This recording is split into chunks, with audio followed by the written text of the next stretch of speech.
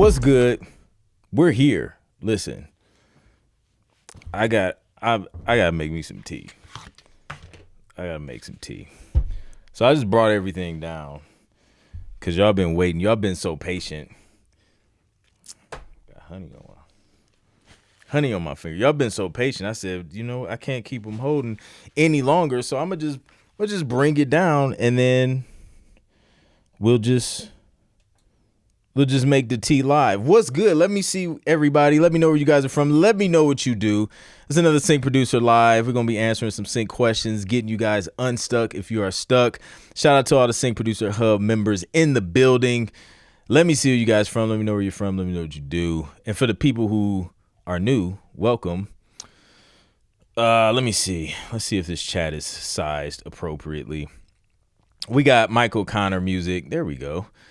From Vancouver, Canada in the building. We got Detroit in the house. What's good? It does feel like deja vu. It's like we were just here. What's up, Jason Dowdy from Canada? Good to see you. Let's go. Hope this isn't a new tactic to avoid the mute button. Just don't show up at all. Like, that'll get the job done. We're definitely showing up for sure. What's good? KJ Lighthouse Productions in the building. Good to see you. We got LV Drizzle in the building. We got Janelle. I see you, Janelle. We made it without hitting the mute button last week. It was great.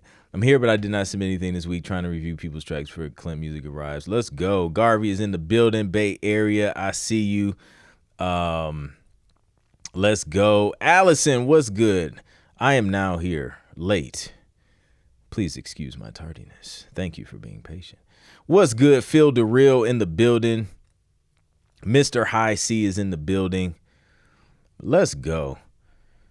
I did flawlessly, man. Last week we were good.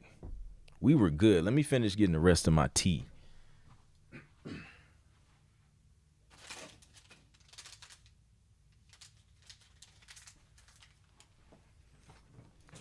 Drink some of this throat cut. I woke up, it was weird. Throat was feeling weird. And I was like, nah, we about to knock this out. We about to knock this out immediately.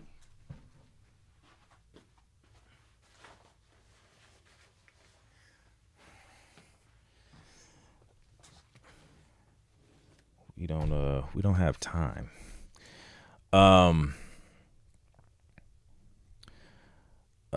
LA in the building. Shout out to everyone. Yes, indeed. Music producers. Bronx Child, what's good, bro? Cleo, what's good? Cleo's in the building. We're gonna share some wins from the community soon here. See what y'all been doing. See if y'all been winning this week. It's been a pretty productive week for me mixing. Got an album approved, so that's good. What else? Projects moving forward. I was playing around with some AI vocals earlier this week, which was interesting. It was okay. Like, it was, what did I use? I think it was something somebody mentioned here on the stream, and I started playing around with it. But it was cool. I got to go back and open up that session and see how it turned out, because I was also tired when I was playing around with it. So in my mind, it probably sounded, I don't know if it sounded worse or better than what it sounded like when I was tired. So is trap still a good niche to produce? Oh yeah, I still get briefs for that stuff. That and everything intertwined and mixed in between. Let's get this honey in there.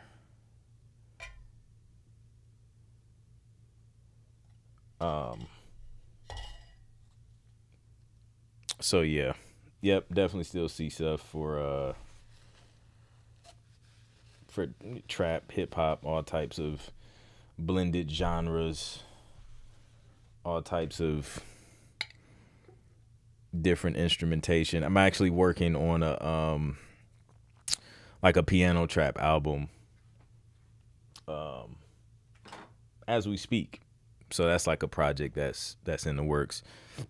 We got Allison from Payrump, an hour west of Las Vegas, making breakfast for dinner tonight. That's always a win. Listen, breakfast for dinner.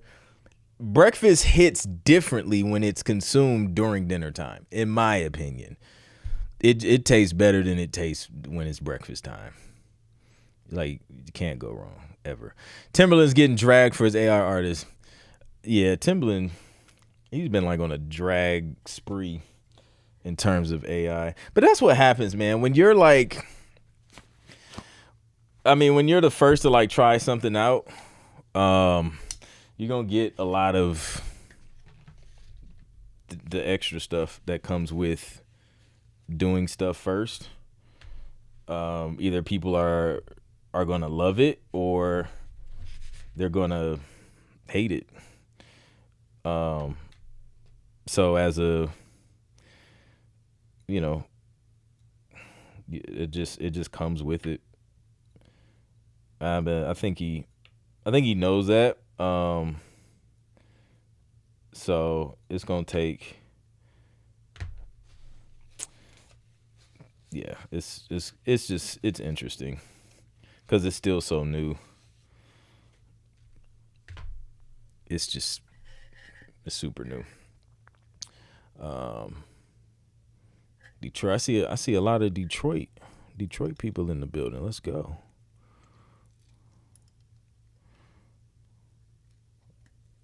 Got some fam. Got a lot of fam in Detroit, honestly. Wife got fam in Detroit.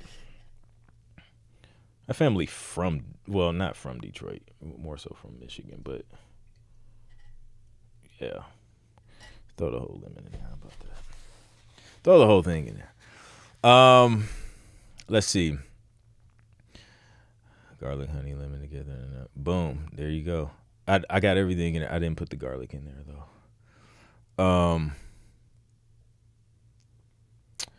Let's see. Let's start with some wins, man. Let's start with some wins. My monitor is spazzing, bro. That's what I need to finish doing. I need to get, this episode is all over the place tonight. I need to get, I was in the process of ordering another HDMI cable. And I was moving my screen around. Dude, that joint is like, it's in bad shape. That thing is bent because it's pretty much too short because it's going through like this monitor arm. So it's technically too short and it was trying to make up and extend when I move it in certain positions. And now it's just done. So I need another one. I thought I had an extra one laying around, but then realized I don't. So let's check out the community wins, man. See what y'all doing. So we got Philip Davis. Merch just landed in preparation of the event coming soon. Get your tickets if you haven't. He is referring to Shades of Sync as my monitor goes out again. The Shades of Sync conference happening here in Atlanta / Alpharetta, Georgia. Technically it's Alpharetta. If you're not familiar with the Metro Atlanta area, then we just say Atlanta because it's like Metro. It's about to be dope. Shadesofsync.com. And in honor of the Sync Hub, I had to cop my hoodie and hat. I love it too. It's like my stamp of approval and reminder to myself that yes, I work a job, but my works for and on this earth is producing. Years ago, I drew a sign that my daughter later colored that says no excuse, just produce. That's fire. That deserves a DJ horn.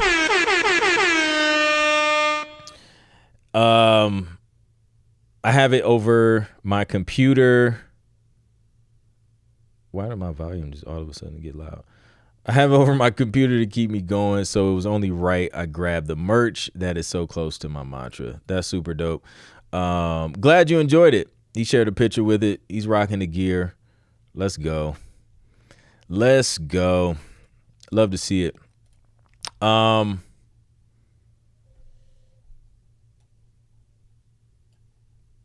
Gabriel with the win. Let me know if y'all can see my screen share, because I'm frozen on my end. Anyways. There we go. Okay, we're back. We got Gabriel with a Bell Collective placement. Yo, guys, I was checking my TuneSat and I saw I had a placement on this show. This is my first placement on American TV. Super stoked. I will probably do a video on the track I made for this, but later on, that would be super dope. Here's the clip of where and how my music was used. It's only like 16 seconds of usage, but it counts big. Let's check it out. See if we can play Normally it. when somebody's recommended for the show, we call around, and I knew, of course, Selena, hell, she was married to JJ. So I called and I asked her about JJ and Sophia, and she was like, yeah, they're good people. It's a dope beat. Just go ahead, they'll make good for TV. And that was the reason why I submitted them to you. I mean, I don't believe that. Latrice, you do have a track record of lying. That's my opinion. You have a track record of lying. That's the last thing you want somebody to know you for. A track record of lying. So you're a liar, basically, and everyone believes it. That's crazy. Shout out to Gabriel, man. His first American placement. Let's go. Hopefully the placements keep rolling in, and yeah, that should be dope. That should be dope for you. Frime Beats briefs from a new publisher, 4 Elements, new publisher unlocked, but different process this time. Okay, hold on. Let's cap this tea and read about this. How would you interpret these ultra detailed briefs? I feel, okay, we're going to dig into this. I feel the descriptions are way too detailed and contradictory for me to know where to start or what they expect without a reference. How would you interpret these briefs? I don't know where to start. P.S. They love what I submitted, but this is an audition to see if I can follow their briefs and see if we work well together. Help. Yes, this episode, we're going to help Frime interpret these briefs. So this would be fun. Let me get some tea. Wow, I put a lot of lemon in there. That's extremely sour. I love it. All right. It's going to be great. All right. This is what we're going to do. Let me see what we got in the building before I dig into this. Drop some fire emojis if you guys want to dig into these briefs and see if we can figure out what they want. It's like a real life brief interpretation. Oh, yeah. Hot toddy. Yo, the hot toddies are highly effective. That'll knock it right on out. I just don't have any whiskey on me. You're right about foreign placements paying more money. I see that trend a lot too. Yeah, it's crazy. Yeah. Like once they get going, like it takes a minute, but yeah, eventually like they add up. Got his vision board and everything. Let's go. That's what I'm talking about. Yep.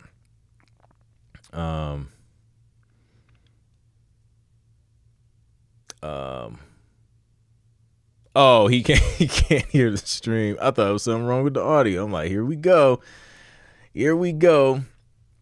Spilling the tea on how to read briefs. Literally. Let's go. Let me see. We're at 12.5 point. Football talk. I got y'all. Yep, there we go. We got the tea and the fire. That's all we need. All right, let's see if we can dig into it and figure it out. This is hilarious. Here we go. Wow, this is. I'm gonna have to download this so I can blow it up. This is extremely small, or I might be able to zoom in. Let me see. I'm zooming in. Like my browser says 400%, yet the picture is zooming out. Crazy how that works. Okay, this is not effective. So let's download it and see. Okay. Still kind of. Where'd it go? Oh no.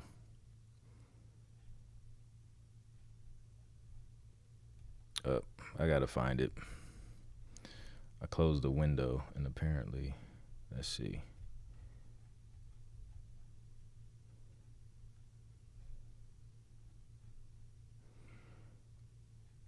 Where? All right. That's what we're gonna do.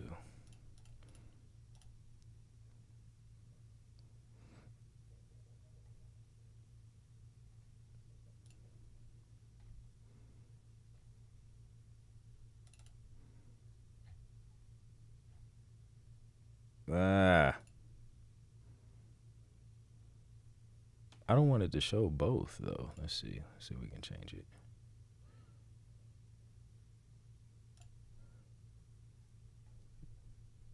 Dude, this brief is mad. This is a lot of words. Let's do this.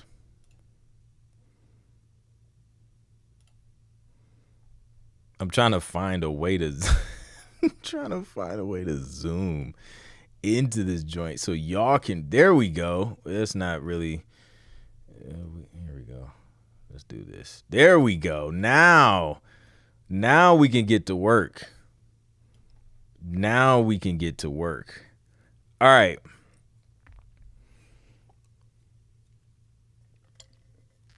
Let's see if we can figure it out. 4 Elements music briefs. Pick any 2. Okay, dramedy grooves. This week we are looking for dramedy grooves to continue growing our hidden camera appropriate offerings ahead of upcoming client deliveries. These pieces should offer a mix of light tension and comic anticipation that is suitable for hidden camera situations and reality shows. These pieces should be useful for the beginning and or middle of anticipatory situations, not the dramatic conclusion or intense conflict. So aim for a middle ground of tension.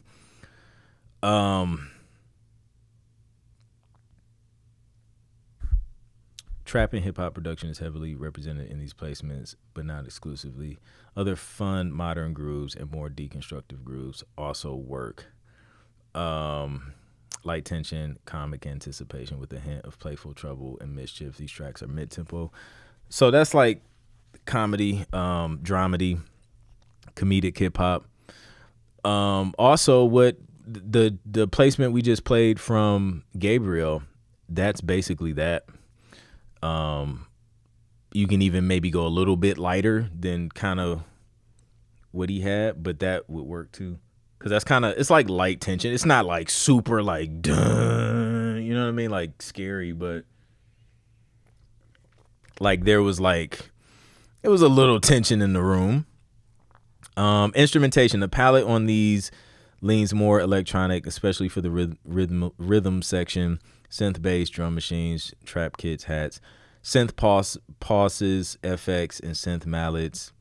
But fun acoustic elements are often useful. Lead or support elements. Whether acoustic or electronic, some of the arrangement elements should have a fun, light sensibility and a pleasing hi-fi, even if quirky sonic presentation.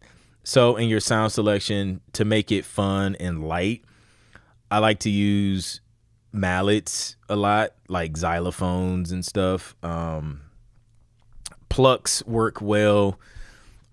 Just like really just like the cheesiest pluck sound you can find works well. Percussion, like orchestral percussion stuff is fun and light. Like wooden, like little wood blocks, wooden instruments, stuff like that. These tracks are groove focused and should have an appealing bass sound and a bass part that gets the listener rhythmically hooked. So all that says is just have a dope bass line, just catchy, repetitive, The bass, honestly, in these types of tracks can drive most of the track. Like that'll probably be the instrument that's moving the most. Yep. Pizzicato strings. Yep. Dramedy track instrumentation might include piano, guitar, bass, electric, upright. Oh yeah, that's another one. Upright bass is kind of fun. That can be light. I should try that. I haven't tried like trap drums and upright bass. I may play around with that one day. These you can kind of have fun with because there's that space for quirkiness where you can just get away with like a lot of different things and be creative. And then here they go. They just mentioned the pizzicato strings that Jason or Michael just mentioned. Hold on. Hopefully with great samples and an ear for creativity, since pizzicato strings have been overdone in the past decade. They just shot our idea down immediately. Oh man. That's hilarious. And woodwinds, again, high level samples only. Boutique synths, effects, light perk, unique perk, surprising, unique, diverse, ethnic perk choices are a bigger part of this sound in recent years. Electronic and acoustic drum kits, a well-recorded live instrument can elevate mixes quite a bit sometimes. All right, so to get a sense of the world we are aiming, honestly, like the majority of this brief could just be cut down with some reference tracks, and then we can just get straight to the point. To get a sense of the world we're aiming at, please explore the reference list. Oh, no, they have a reference list of some recent tracks that have been getting placed by our hidden camera show clients, no sound alikes. It doesn't link to anything, though. Unless I'm... Oh, well, if this was a screenshot, I think this was a screenshot, so it wouldn't link. So, see if that link is clickable, Frimes. They might have sent you some reference here in this little thing. The use of actual instruments that people like the sound of has been done to death. Avoid strings, horns, drums, anything recorded, anything that honestly uses an instrument. Try to avoid. String-based dramatic hip-hop. This week we're looking for tabloid. It's the way they phrase this that makes things confusing. Tabloid hip-hop with dramatic strings. This is the first time I've ever heard tabloid hip-hop. So I would probably be confused at first. Suitable for stories about celebrities in trouble or other salacious bad behavior reality programming. These tracks should have solid hip-hop trap. Yeah, so this is just like typical tension hip-hop, cinematic. Well, maybe not cinematic, but like, yeah, I guess you can call it cinematic hip-hop. Hip-hop with strings, dramatic strings. Usually I probably see like hip hop tension or tension hip hop the most used for stuff like this.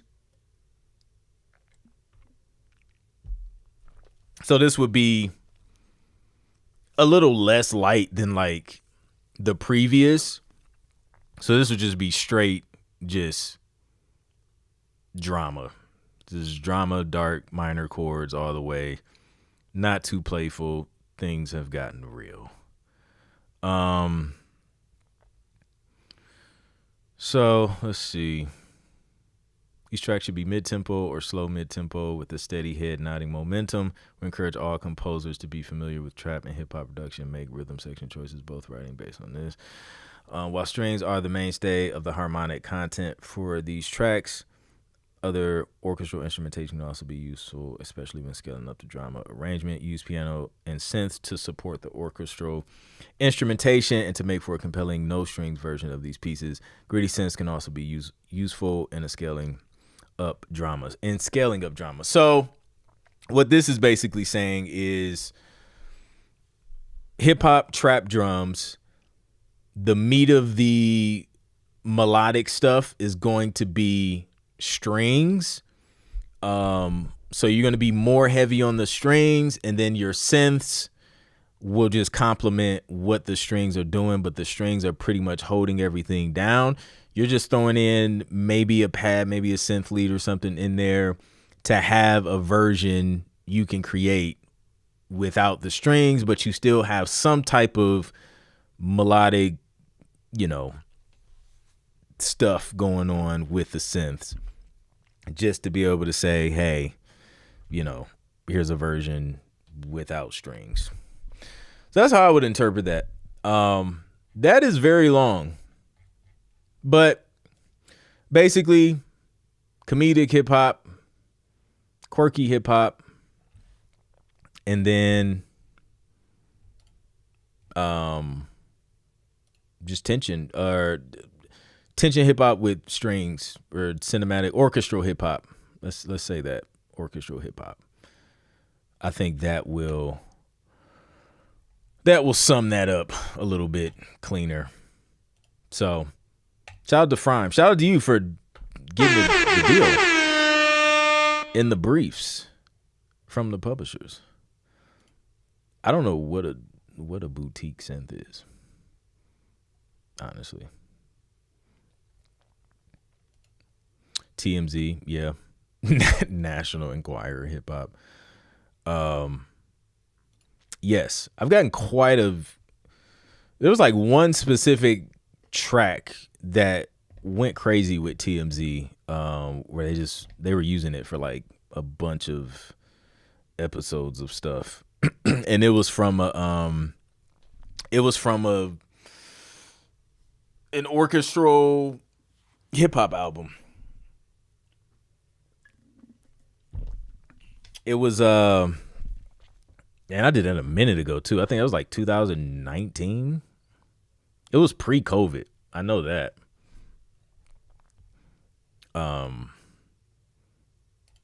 So yeah.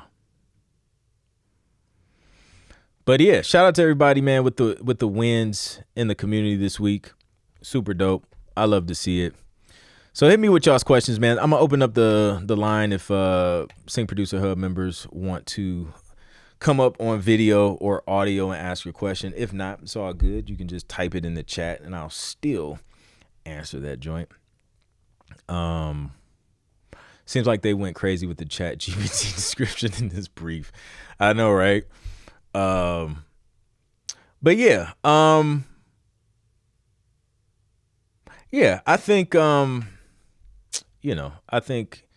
don't know, maybe there was just like, it's better to have more information, and then you guys kind of pick what resonates so that you understand what we're looking for.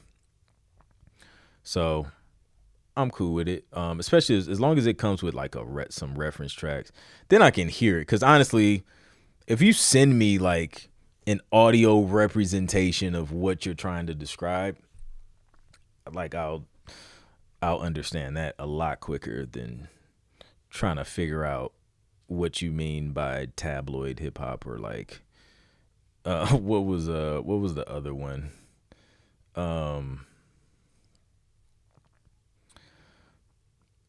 Hidden camera appropriate offerings, like, you know what I mean? Like that's, yeah.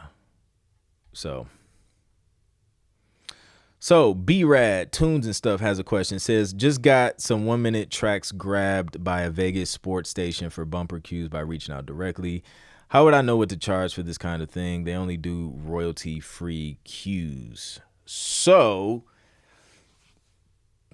I would do I guess I would do like a direct blanket license.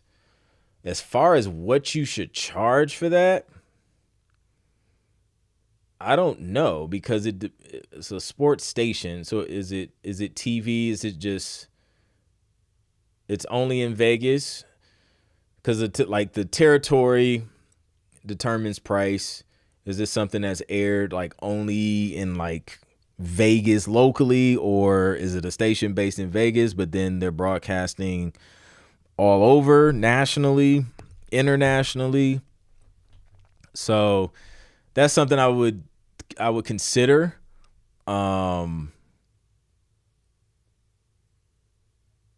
what else? And then I would hit up ChatGPT and ask what like some of the averages are for the tracks that you have, and to do like a blanket license based on whatever the terms that they're trying to get. How long are they going to use these for? Like, you know what I mean? So the term, which is how long they're going to use them, the type of media or medium that they're using it for. Is it just radio? Okay, so it's radio. It's not TV. And then how many tracks? Yeah, and then how long they're using them. But I would yeah, and then I would plug that into Chat GPT and go from there. I'm not sure. I would, man, honestly, Joe, I would probably ask like, I don't know, like a publisher or attorney, because it's like a radio station and they're looking for royalty free music. But I don't know, like I know royalties or radio stations usually have to pay. They have to pay to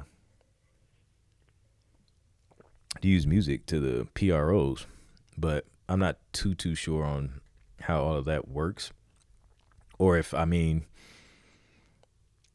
don't know the details of like how that all works in terms of royalty free music on radio. They talk over them or play commentary clips coming back from a commercial, 45 seconds.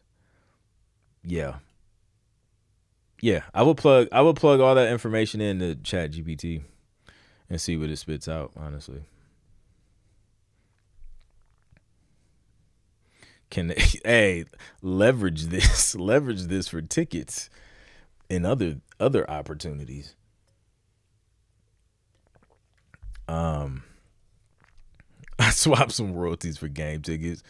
Hey, listen, like sometimes I was talking to a buddy of mine about that, where it's just like, yo, everything isn't really necessarily like about money. It's about value and like exchanging that, because like if you could do something that you love to do, like shoot, as expensive as groceries is, I would probably exchange some production or some mixing services, and then your groceries are like covered for the month, or like it's just about exchange of value. So like if you value going to a certain game or getting season tickets, now you don't have to come out of pocket for those tickets because you just supplied some royalty free music that they can use for whatever, and you got tickets that you don't have to pay for. So it's like it's still an exchange of value, even if it's not necessarily monetary up front. You know what I mean? So not mad at that. I was contacted by a library that I pitched some music to. They want to meet on Sunday at 11 p.m. my time because they're across the pond. Oh, I get it. It was my first 5, and they said my submission was accepted. Well, that's a win. Let's go. Yeah, I've had to have meetings with companies like in the UK, and I'm either up very, very early. No, that's usually the only option. I'm just up super early. It worked out during that time because at that time I was locked into like getting up at like 4 a.m. Now I haven't been getting up at 4 a.m. because my schedule just kind of shifted. So I'm usually up later now. But yeah, those meetings always end up being like either super early or super late. Sometimes you can catch them. Sometimes you can catch them in the day before they're like done. So like if you can catch them early morning, early afternoon, sometimes you can, or early morning, you can kind of catch them before they're done for the day.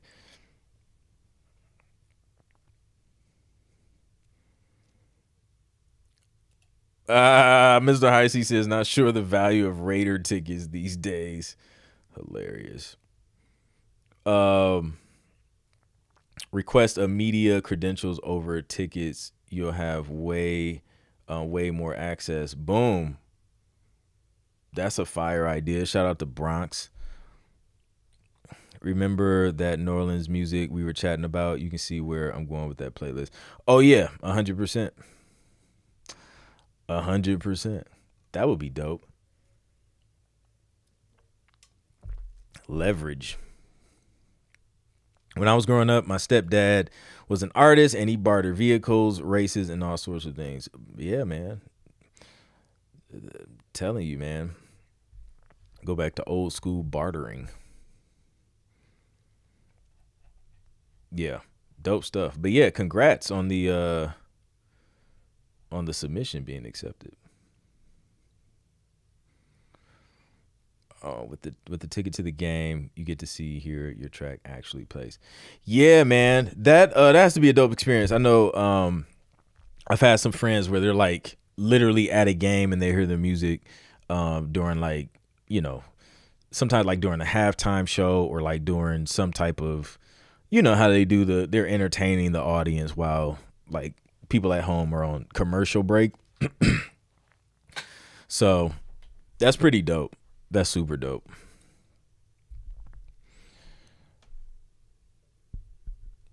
To be able to like, that's a whole nother experience to like hear your music live.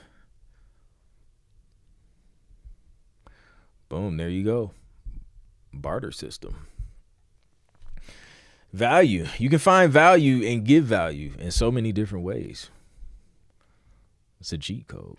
It's what makes the world go round. I would think that the production people there would have other avenues into the NFL world or sports media coverage world. Yeah. Man. Yeah, that could be crazy. That could be crazy. Now, if I could figure out how to steal the sideline band drummer, since I'm a drummer, that would be the ultimate. Love it. Let's go, man. But yeah, so I was playing around with the what was I using, man? I can't even remember. Who was actually I was chatting with Flares about it because I think he had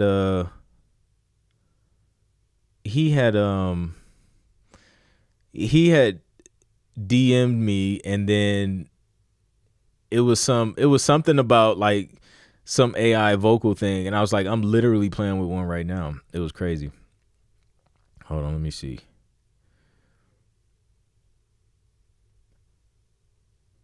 Was it Automy? I think that was the name of it. Yeah, Automy. So basically, I could take my vocal, right, and you all probably seen it, but I could take my vocal, upload it to Automy, and then pick one of their voices, and then it will translate it into that voice. It was okay. Like, it was okay. Like, when I listen back to the individual voices, because I think I used about 4 different voices and I was stacking them. There's some slight variations to kind of give them their own character, but when they're all playing at the same time, honestly, they kind of sound similar. And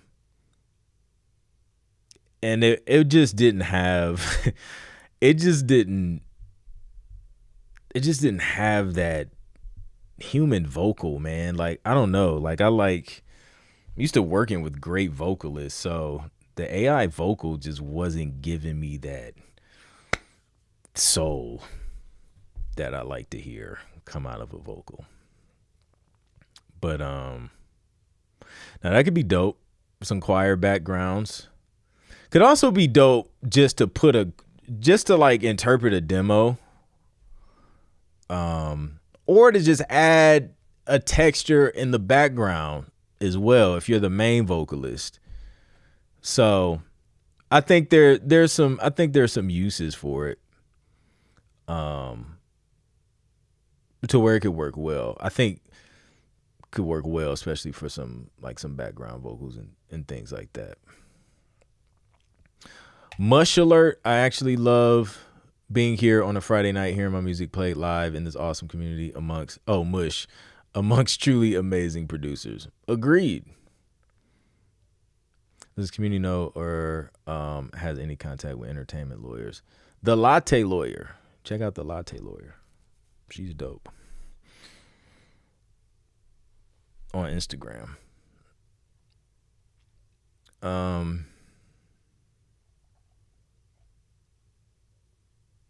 The exchange of information, encouragement, and motivation coming from this community is worth more than what money can offer. Appreciate that, man. I agree 100%, man. This is like super dope community. 100%. What's good, Ant Groove? Yes, exactly. What's up, Corey? I've used Sonar Works AI. Not bad. Nice. Is that like a standalone plugin or like a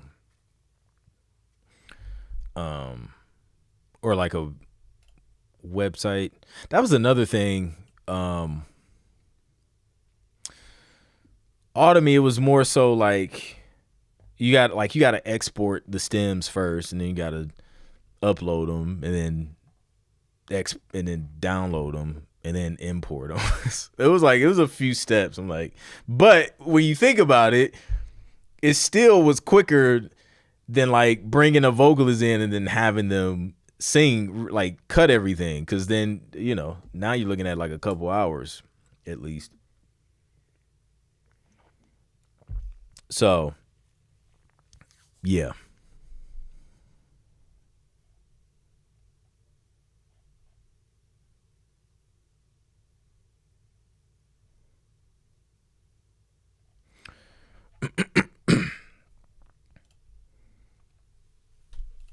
So definitely some cool uses. I'm always curious, man, of how the publishers would feel, because with Automie, I guess apparently you can use the voices commercially. You don't have to credit them or anything, or like give any like attribution, because like I don't know, it's an AI voice. So yeah, I don't know how the publishers feel about it. That's something I don't know, maybe I'll do like a survey, just randomly hit up publishers, like just curious, like how do y'all feel about this? Standalone, you record your voice into the plugin and then it will render. Okay, that's dope.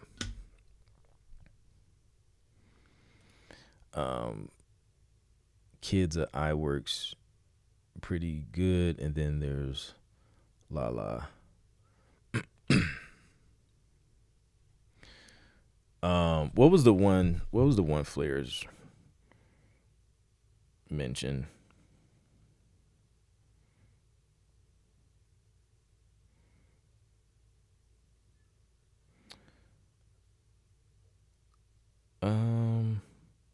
Zona.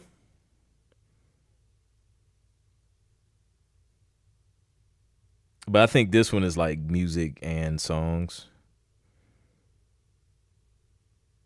So it looks fairly new too. Has anybody heard of Zona?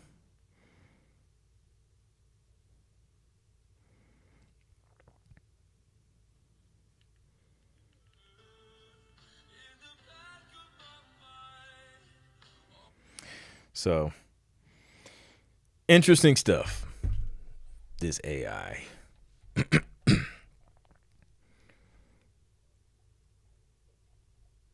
But yeah, I think having something as a plugin in the DAW is convenient. to where you can just, you know, do what you got to do. You're already in the DAW. You don't have to keep like bouncing back and forth between DAW and browser and folders and all of that stuff. a little less friction. Arizona, Zona from Z Nation. Yeah. So I think it's kind of new. I think we'll see a lot more of these companies popping up though. You know, new tech startups creating their own models and generators and things like that, especially with just the explosion that is AI right now. Everybody's on it. What other questions do we have?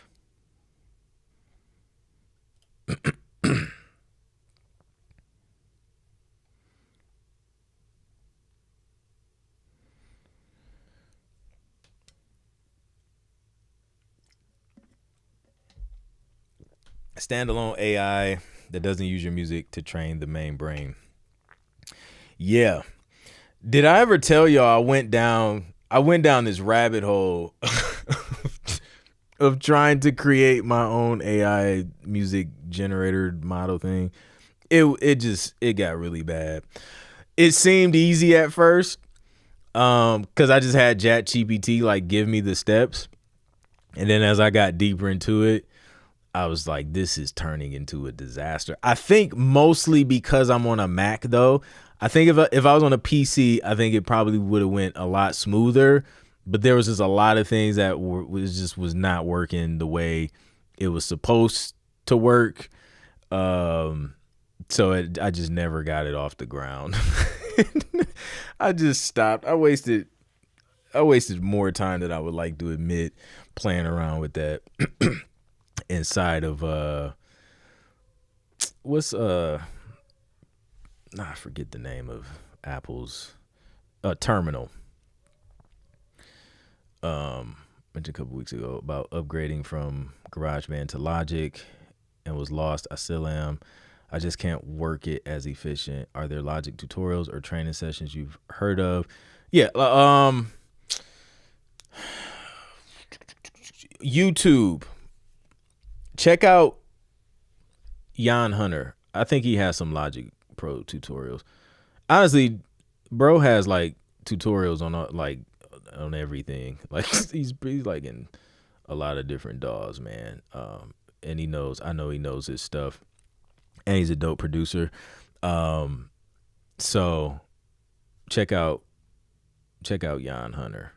He'll get you straight. He has some training and tutorials and a super helpful channel. Sides, another Logic genius. Shout out to Sides. I actually have her Logic the Logic book guide thing. Like all the cheat codes in there. Music Tech Guy. Oh yeah, that's another one. I love his stuff.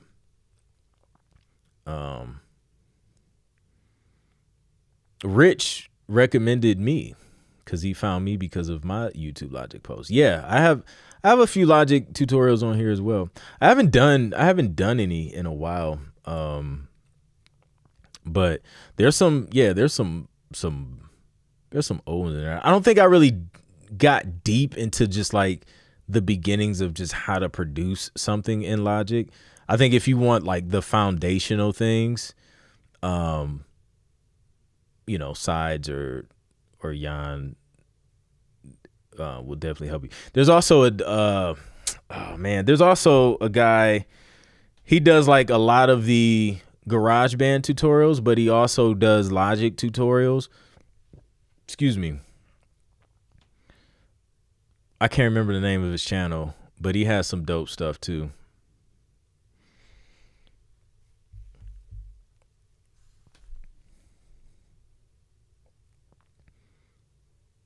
Yes, the Logic Crash Course book. Highly recommend. Yeah, Why Logic Pro Rules. That sounds. I'm pretty sure I've seen some of those videos as well from that channel. Yep. Yeah. Yep.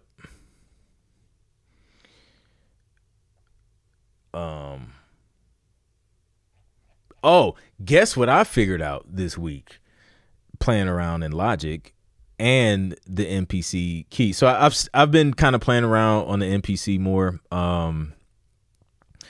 But I had it in controller mode last night, and the first time I was in controller mode, I'm still trying to get everything installed.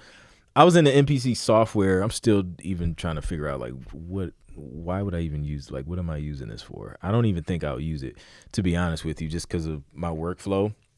I would much rather be in Logic or just use it. Either I'm going to use this as standalone or it's going to be a MIDI controller. I don't really have a desire to learn another DAW on the computer. But so I was in controller mode. The first time it was only keys.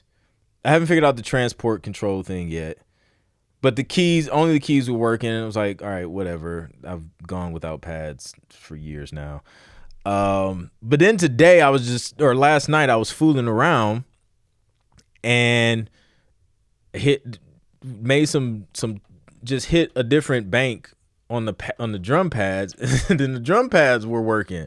I was like, oh, so I can use these. I figured you could. I just didn't know how to get them to work, how to set them up, or what to push. So I was just playing around and then figured it out. So the keys and the drum pads work. But this is where it got lit for me. They work not only, if you just have a regular sample in the sampler pulled up, but they also work with Drum Machine Designer, that was another game changer. Because if you don't know, I made a video. Man, how long ago was it? Maybe it might have been 3 years ago. I got rid of my Native Instruments drum machine because I started using Drum Machine Designer in Logic, and I just liked it better. The workflow, I can change and edit things on the fly, super quicker. I can change, the patterns just quicker instead of my workflow in Machine was just, once I bounce it out, I'm usually just committed to it. But with everything just being MIDI, I can just quickly make adjustments on the fly. If I want to do something completely different in verse 2, boom, I can do that. So I was just like, you know what? I'm going to just use this and just go back to, just programming the drums on the keyboard or, just clicking or whatever. Because I also I went through this thing where I was just trying to simplify my setup or whatever. So I just wanted everything to just be right here. And, before I had to turn here, I was like, I want everything right here. I'm gonna just go back to just everything with the MIDI controller. So I started using Drum Machine Designer, and I've been using that for the past few years. Really, really love it. And now that I can also have some pads, and then they're triggering everything that's in Drum Machine Designer, and I still have the keys to do little, things that I want to do, tune things. I can do that. So that was a cool discovery.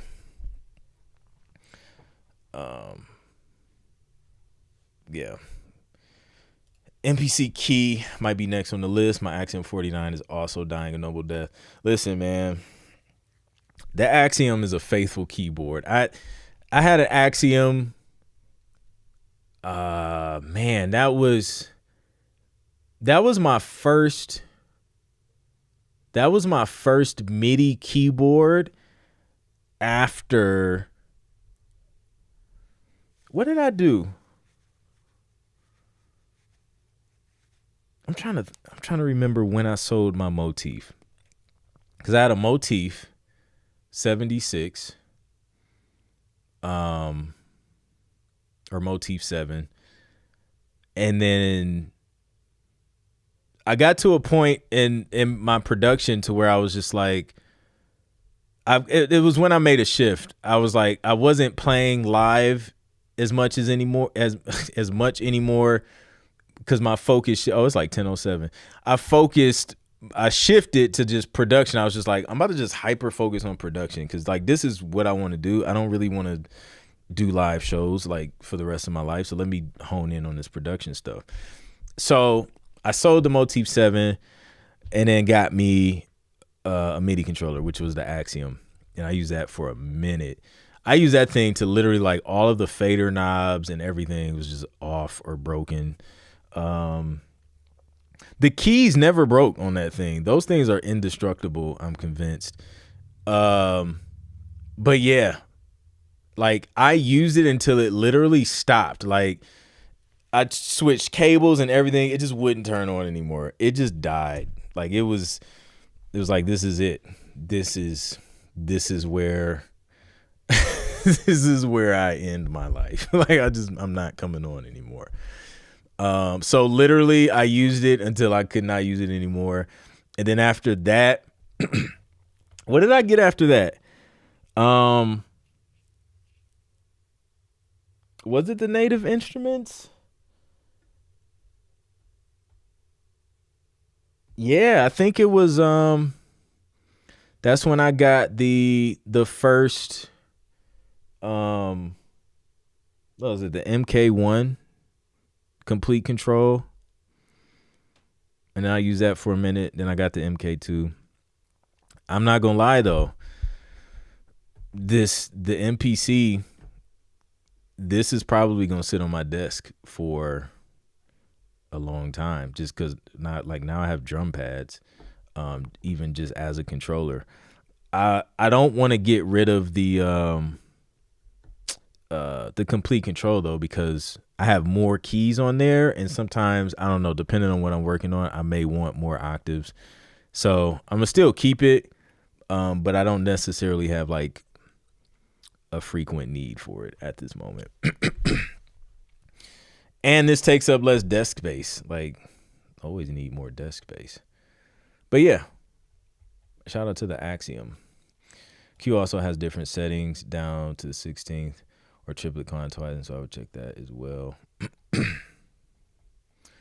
Logic Quantize has a swing feature. Make sure that isn't turned up if you want Q to snap to the grid.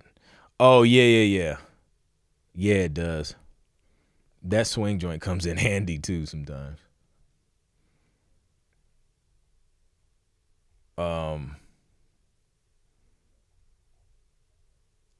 Yeah.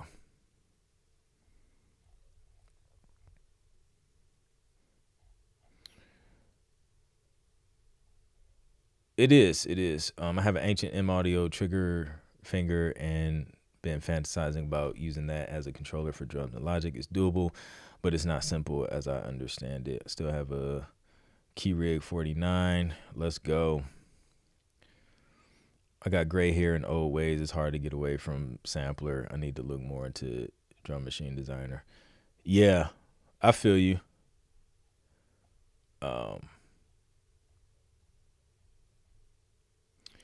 Let's see. Let me catch up here.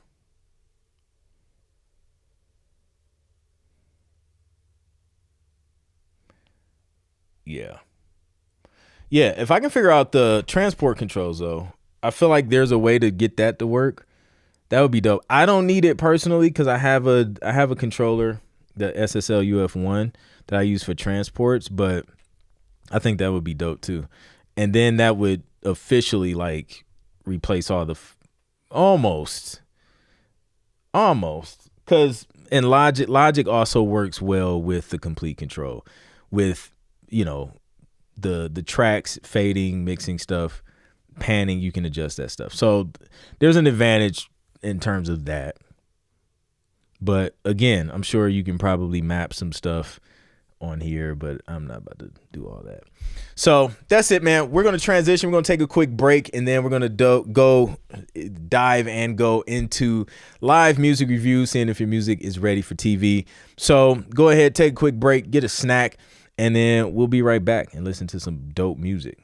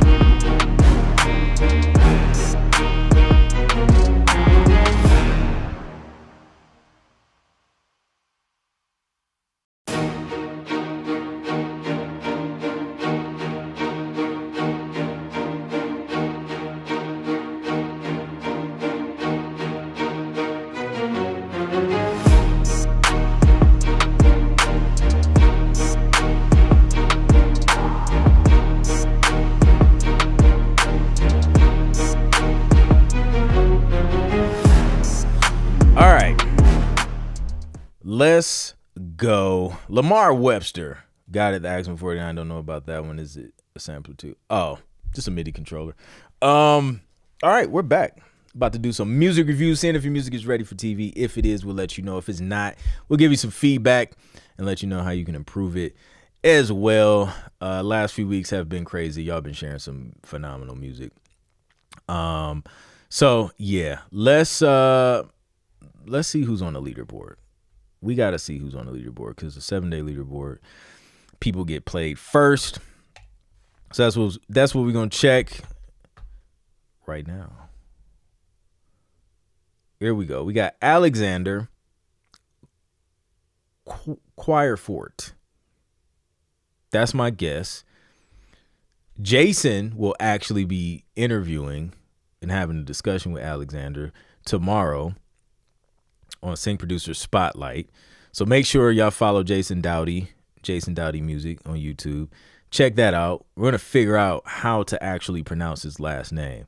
Because it said, he told us it even took him a while before he figured it out. So now I don't feel as bad for butchering it. I don't know if I got it right just now, but that's my guess. Quirefort or queer. No, I don't think it's queer. Choir. Yeah, I'm rocking with Quirefort. One of those are silent though. The D or the T is silent. I just don't know which one it could be. I feel like the D. Maybe the D is silent. At 2 p.m. Eastern is when it's going down. Dope stuff. Anyways, Alexander's going first, and he's getting interviewed tomorrow, which is super dope. Then we got Janelle Costa at number 2, and then we got Nicole Whitehead number 3. Let's dig into it, man. Let me see those fire emojis if y'all ready to listen to this music. Shout out to everybody using their MIDI controllers until they die. Like I feel like everybody has like an old control. Like I have a smaller one that I've had forever. It's still working. It's one of those. It's from IK Multimedia. One of those like key rig joints. I got it years ago. I was traveling a lot more then, so I needed like a little small MIDI keyboard I could throw in my suitcase. So yeah, pretty sure I've composed some stuff that's gotten placed with that little thing too. But I still have it. I let the kids bang on it now.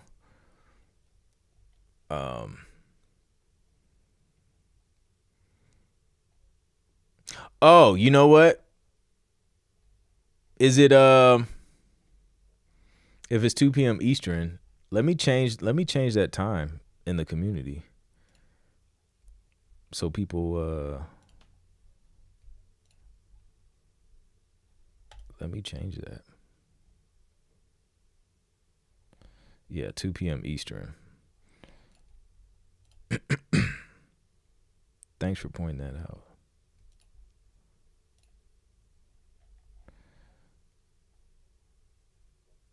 Boom. There we go. Actually, I can update. Let me update the link too. Is a link in here yet? Oh, no, not yet. Okay. Dope.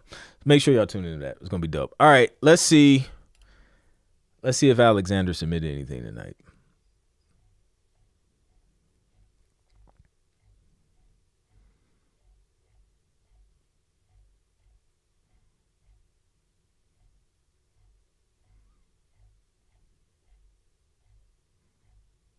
Uh-oh. I don't think he did.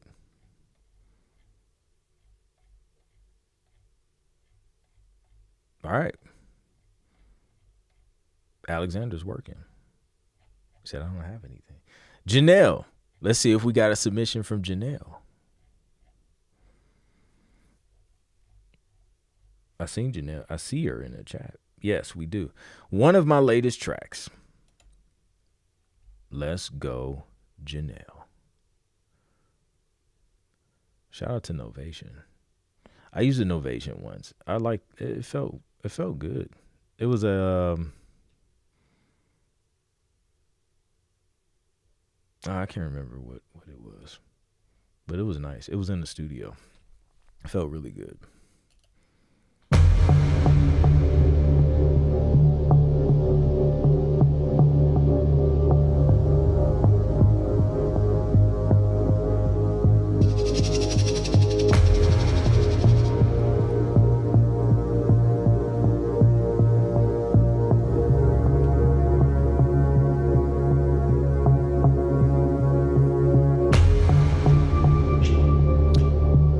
This artwork matches this track nicely.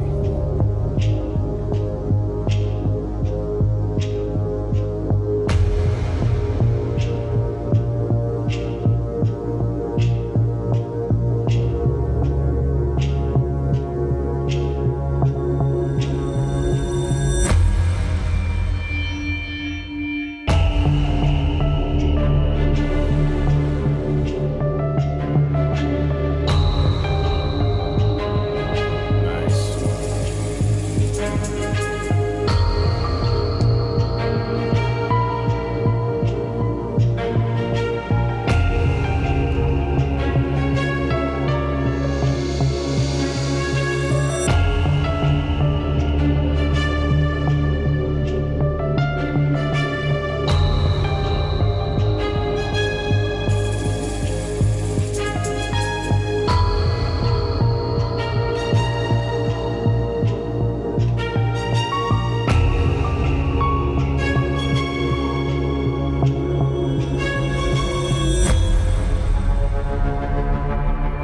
Ooh.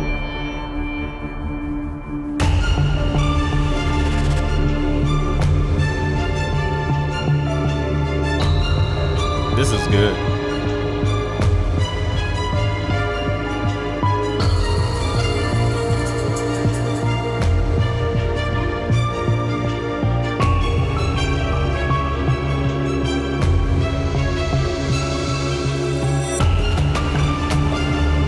Like literally someone could just be walking and you feel like something's about to happen.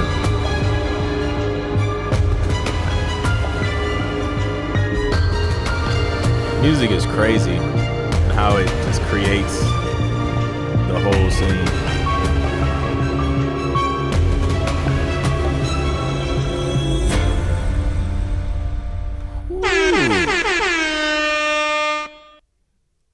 Yeah, that felt great. Empty Road, great title. Nice structure. Nice sections. And it was like a nice build up too.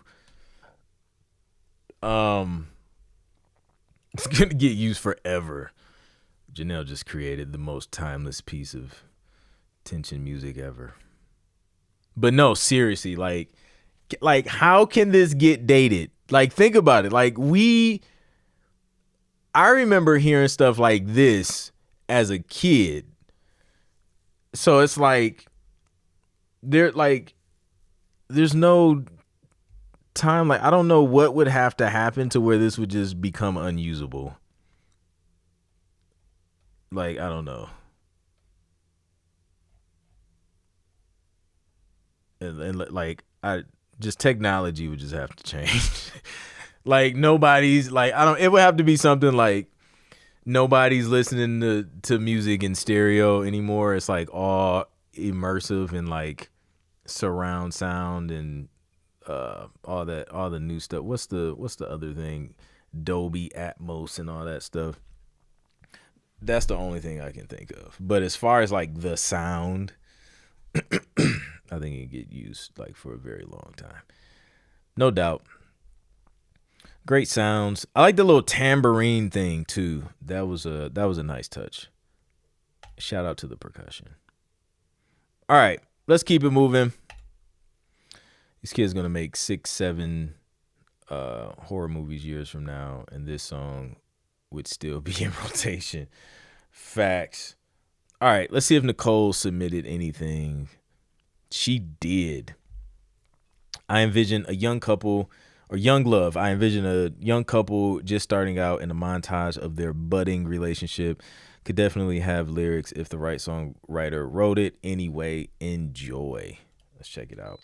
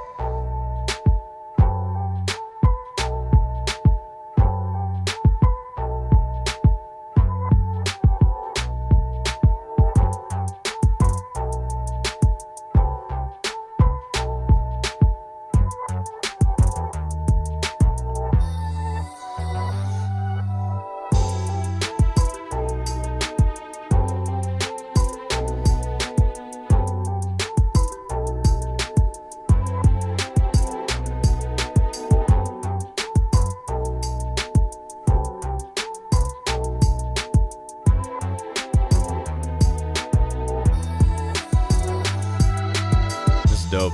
The vibe.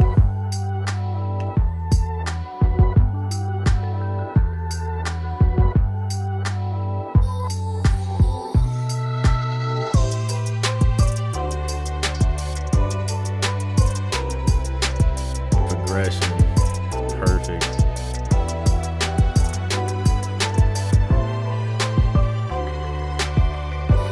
That's classic. That's a classic progression.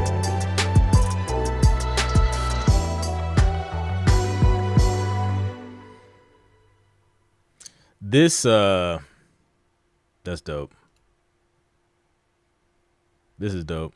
I could hear like I could hear an R&B vocalist and then like randomly JD on the intro in the in the rap. So deaf all over it. But yeah, no, that's dope. I rock with that. Definitely has some full song vibes. I can hear this with the description given. 100%. 100%. With the scene and everything. And they're young. Yep. Nah, she nailed it. Nikki nailed it with the vision for that. Let's go. Shout out to JR Northern. We got Truman. What's good?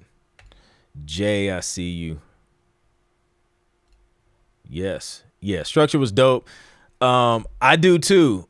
The reverse audio gets me every time. It just gives a track a dope vibe. I love it.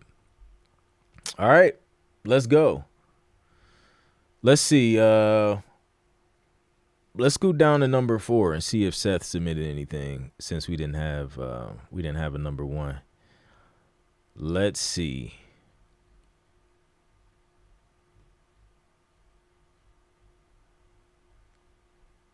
We did. Don't think, don't try, just do something. That's what I'm talking about. Take action right now.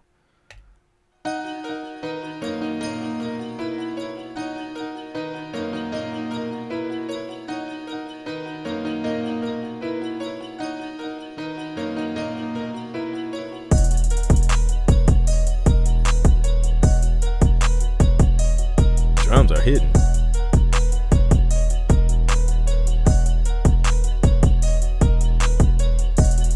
No mute.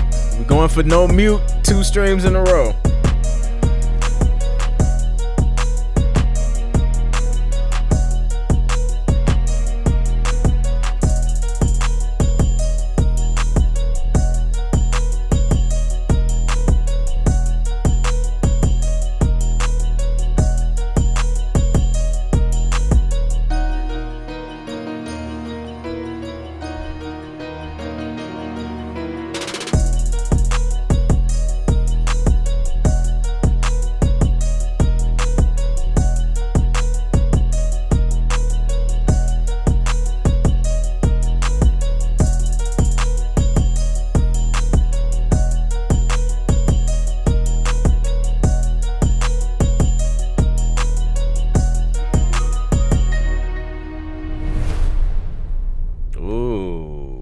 Let's go. I like it. I like the ending. I like this little drop. I think just a few tweaks to the structure. Intro's fine.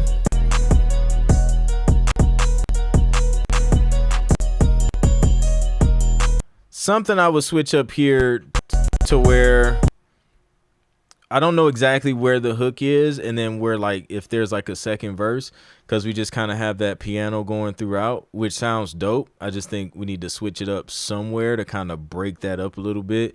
Maybe even have a section taking the piano joint out for a little bit, then bringing it back in.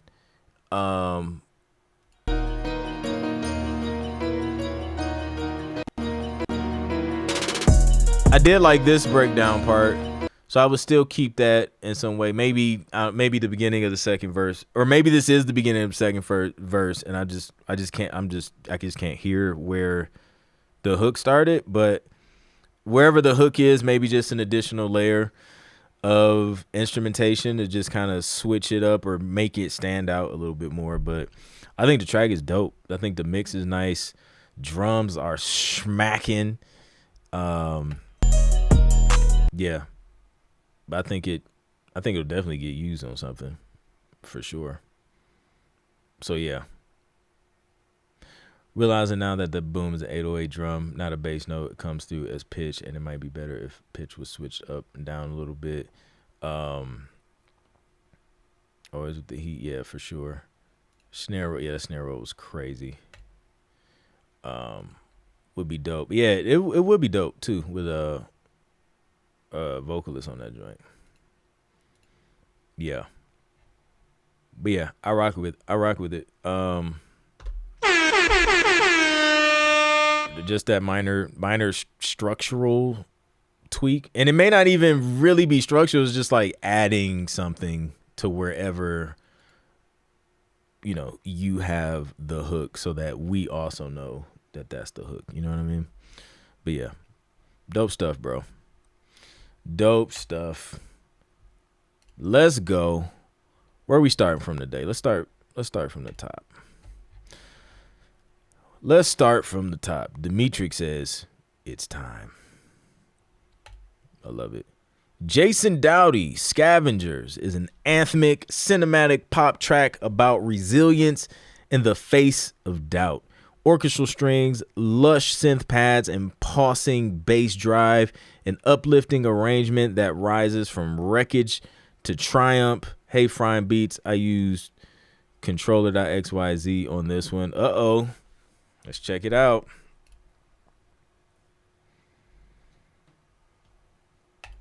The sky went. Oh, so this is the one he mentioned the background choir using AI model voices. This would be fun. This should be fun. The sky went quiet when I hit the ground. Every drop I bleed, every eye on me, I can feel them circle around.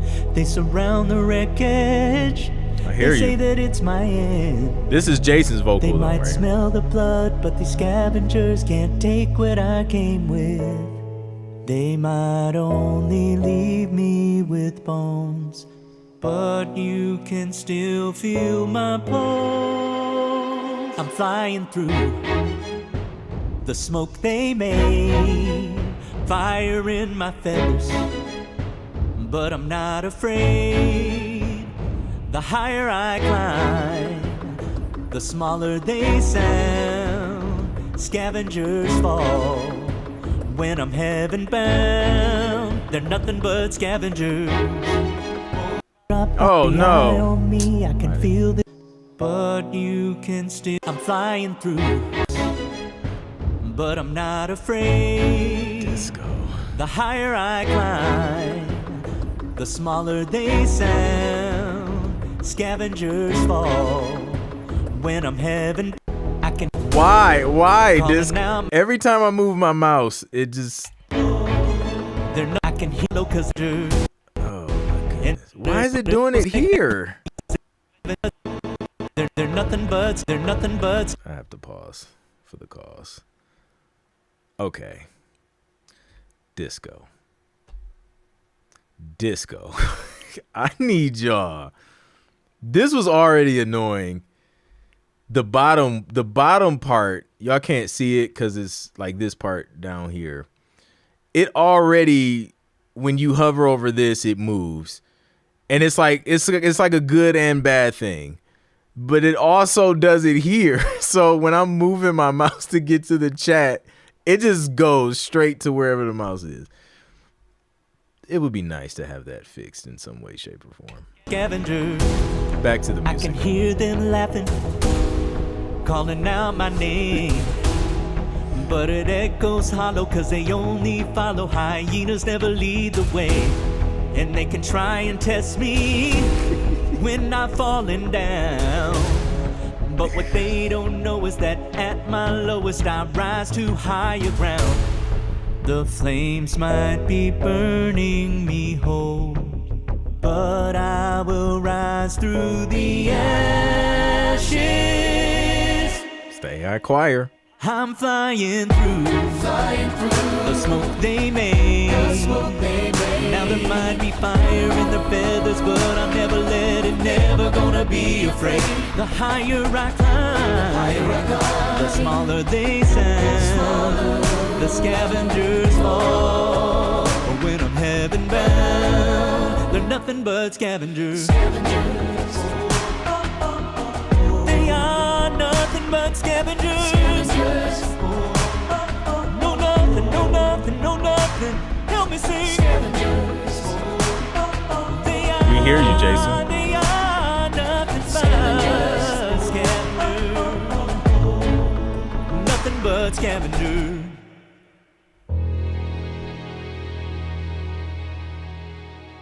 This sounds like another album in the works, Jason. It sounds like this would be great for like a. It puts me in the space of a musical. Would work really, really well in some musicals. But let's talk about the AI choir though. The AI choir came in. The smoke they made. Now there might be fire in their feathers, but I'm never letting, never gonna be afraid. The higher I climb. The harmony too. All right. Hey. That was used well. I'm not mad at that. Like AI may be coming.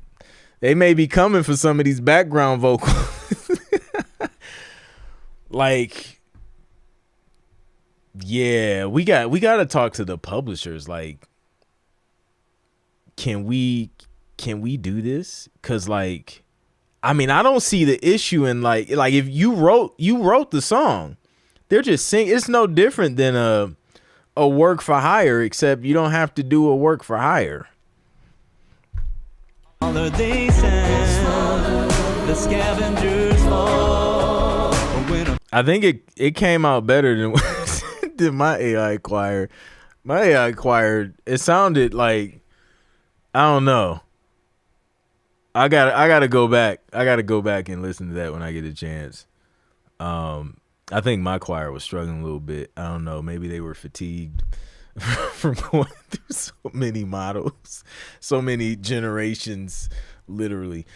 But yeah, no, they held him down. They complimented his voice well.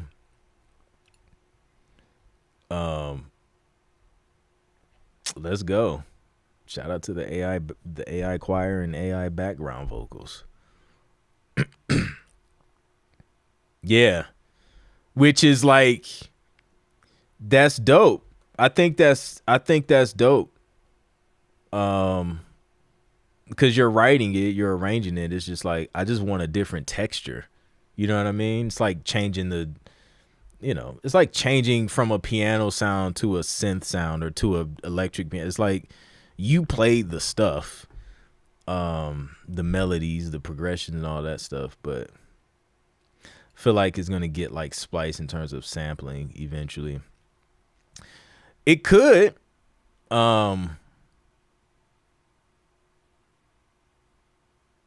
But if everything is, well, maybe like the voice. I mean, you don't want it to.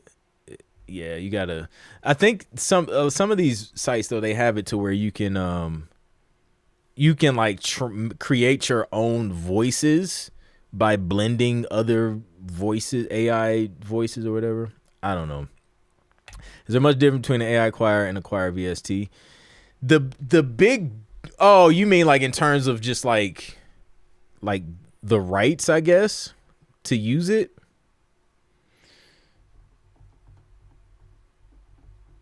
Not really. I think the unique advantage of an AI vocal versus like a VST vocal is that you can make it do what you want to do. Like I can't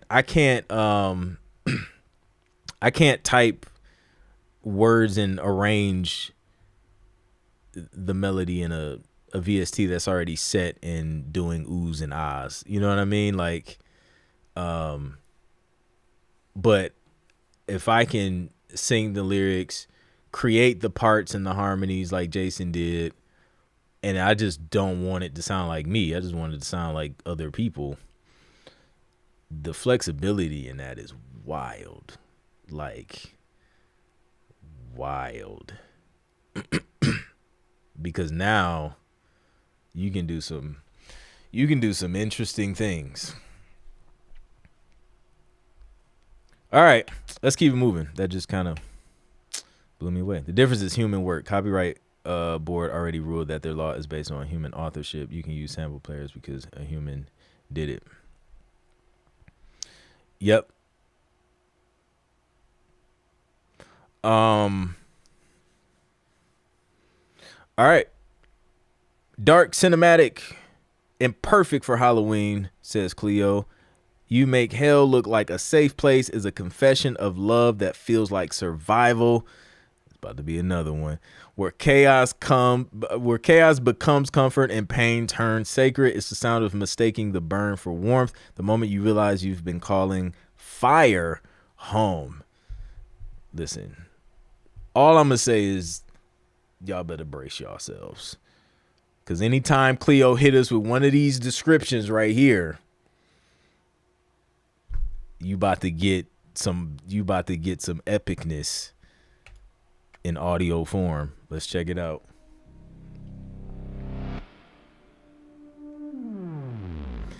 First off, that's how we gonna start.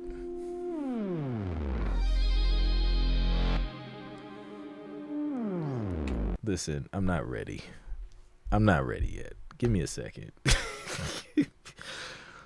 Because when you start a song off and it has this warm synth doing things sonically, you gotta get ready. I wasn't ready. All right, let's go. Continue. Cigarette burned on my thigh. Your love's a mark I wear with pride. We break each other just to mend a ruined loop that never ends. Your voice is poison in my veins. I sip it slow to another The mix. pain. You kiss my scars, I feed your sins. This hell is home, we never win. Chains don't bind us, they keep us warm. You're the shelter in my storm. You make hell feel like a safe place. Burn me up, I still taste great. What poison, baby, sugar lace. You make hell feel like a safe place. You make hell feel like a lullaby. Smoke my name into your sky. If heaven called, I'd still stay blind. You make hell feel like a safe place.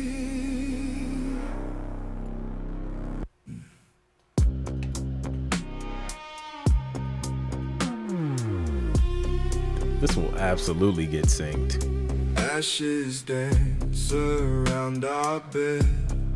Prayers we whisper left for dead. You say I'm chaos. Songwriting is I say crazy. true. I'd break again to stay with you. We hold our Who's on bass, demons though? in the dark. Bite the apple, spark the spark. I'd carve your name into my chest.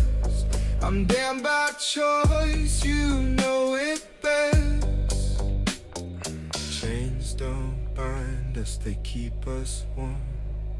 You're the shelter in my storm. You make hell feel like a safe place. Burn me up, I still taste grace. We're poison, baby, sugar lace. You make hell feel like a safe place. You make hell feel like a lullaby. Smoke my name into your sky. If heaven called, I'd still stay blind. You make hell feel like a safe place. Yeah. Maybe heaven's just too white, too cold, too bright, no room for fight. I'd rather burn and feel you near than die alone in perfect fear. Dude, Cleo's on another level. You make hell feel like a safe place. See how it ends. Burn me up. There go that dang on synth again. He started with it and he ended with it. Sheesh. Cleo with another one. That joint is massive. That joint is massive. So, this is what I would say. This is what I would say. This is what I would say to Cleo, man. So, I would like not sign a record deal. I would build my own fan base directly. Use sync to generate income for your brand, and then just like freaking take over direct to consumer. Forget the major labels. You already do everything yourself musically, and you will absolutely crush it. Create videos and content on your creative process. Let people into your world on a consistent basis, and you will absolutely explode. That's what I would say to Cleo. Because the quality is crazy, bro. Yeah. Made it with Suno Studio. It's yeah, that's crazy. It sounds great though. It sounds great. Insane. Yeah. Yeah, no, like seriously, like you would build a fan base, and like they would just buy directly from you and like just support you because it's just like super dope music. The right feature on the right TV show. Yep. That's the formula, and then from there, once you develop the fan base, then you start doing your own like live shows. Then your fans will just rock with you and just show up, and then you just, just build. Crazy. Frime Beats. Let's see what Frime been cooking up.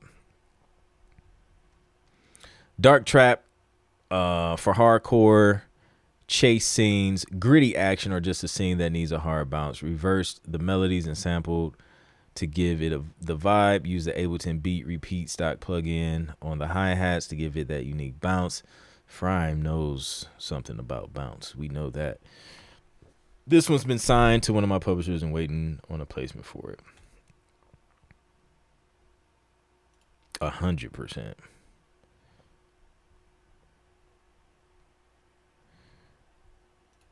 All right, let's check it out.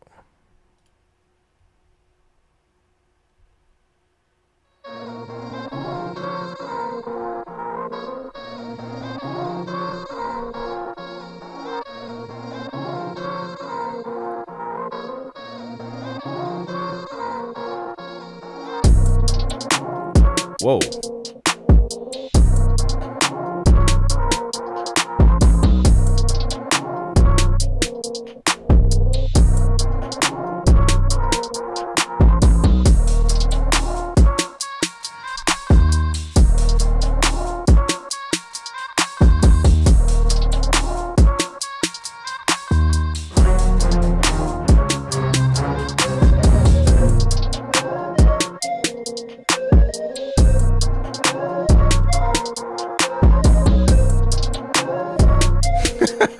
Yeah, I think I experienced that.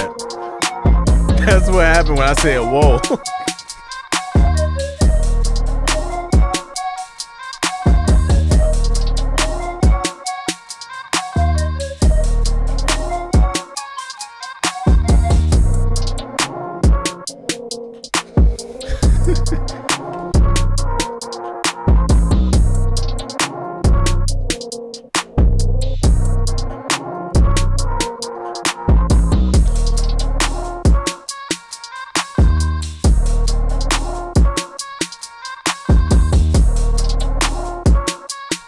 Ableton has some super dope tools, man.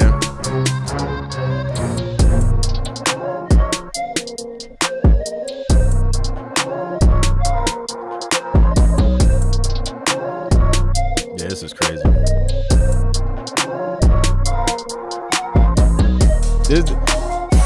Prime is trying to blow somebody's TV speakers. Like, the TV speakers ain't gonna be able to handle this. These things are knocking.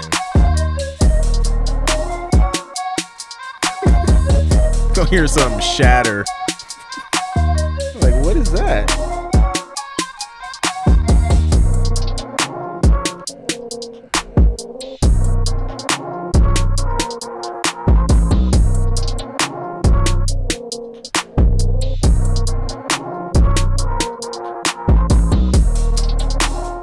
Yeah. See how it ends. That joint's crazy.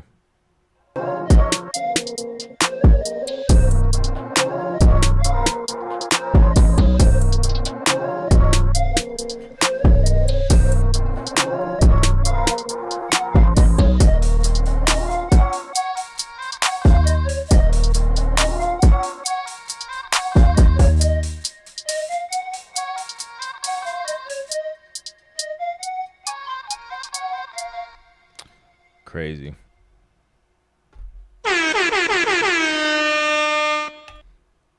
Shout out to Frime.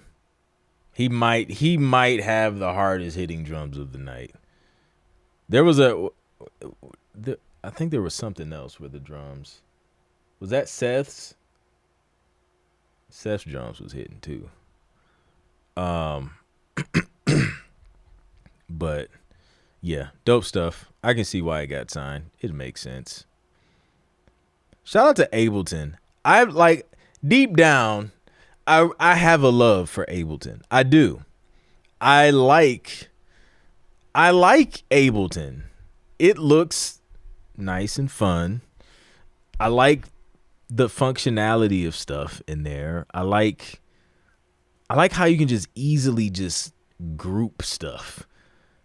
Like, just create a nice little group, a nice little rack. I like racking stuff in Ableton. I don't know. I may have just like I have it. Sometimes I just gotta I may just have to hop in there and just play around sometimes from time to time. And then I, for whatever reason, end up going back to Logic. I thought the last time, I ain't gonna lie, I almost thought I was gonna get sucked in. I was just like, dang, dude, this has been the longest I've worked in Ableton ever. And I thought, man, this may be the time where I'm just, I mean, I was actively working on some briefs in there, and then I got irritated with something. I went back in Logic. But no, Ableton's dope though. Ableton's dope. Janelle misses Ableton. Miguel loves Ableton. Gonna have stem separation in the next update forever. I thought they didn't add it. I thought they added it already. It is. There is a peer pressure that comes along with Ableton. You look at it, it's just like, you know what? There was something else. It was the I think they addressed it though with one of the recent updates. It was the screen size, like the size of things. I had to like zoom in an extra, like a little bit to stuff just wasn't big enough. Like I just needed. I was like, is it me? I don't know. But I had to I had to zoom in a little bit on the like the arrangement view. But yeah, let's show Ableton a little bit of love tonight. No doubt, man. I went to an Ableton day at the NYPL a couple weeks ago. Saw people doing the funniest things. I continue to be Ableton curious. I know. Yeah, no, I went to an Ableton event, and that's what almost pushed me over the top. Yeah, cause like you start seeing stuff, you like, oh, okay, oh, I see. So, all right, let's keep it moving. Michael, DJ Heat, Humphrey, Monk Funk. So I was going through more songs to polish up and came across this. All I know is I caught a feeling. At my age, I'm truly understanding that some of the original compositions we make have influence. When I finished it, it reminded me of the production duo Gamble and Huff. They are responsible for the Philadelphia sound. Also, I noticed the dual melody guitars that's right from Parliament Funkadelic. Let's go. Let's check it out. This should be funky.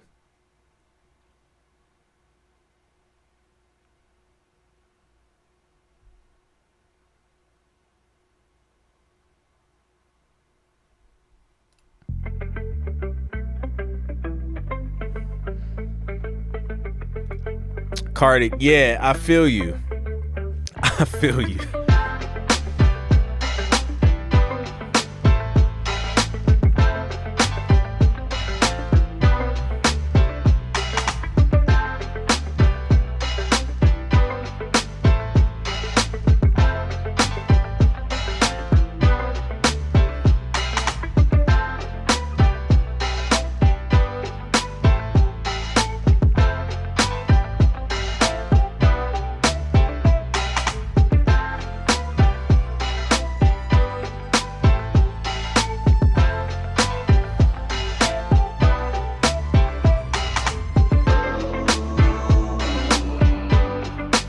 This is a vibe.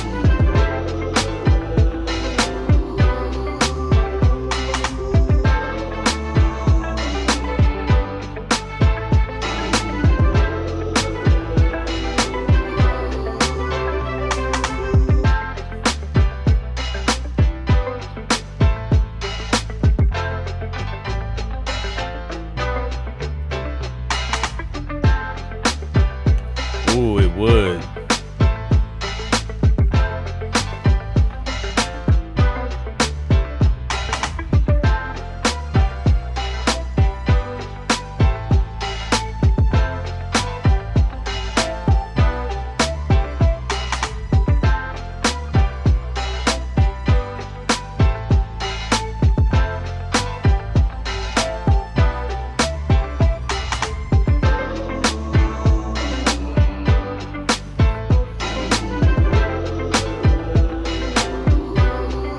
Like, this is dope, and it could also be dope if it was also sampled and then pitch both of them.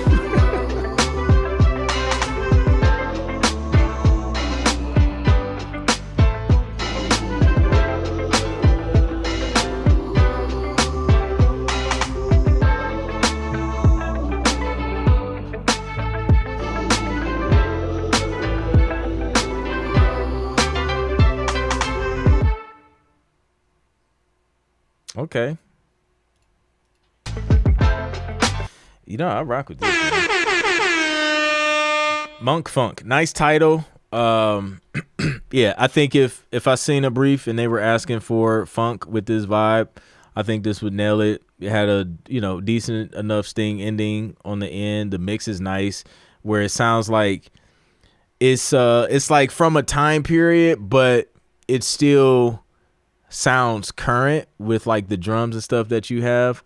So I think you I think you nailed the vibe for sure on this joint. Yeah. Cardix is maybe more transition parts. Transition, yeah, can't hurt with some transitional elements. Picking guitar was nice. Yeah. Dope work, man.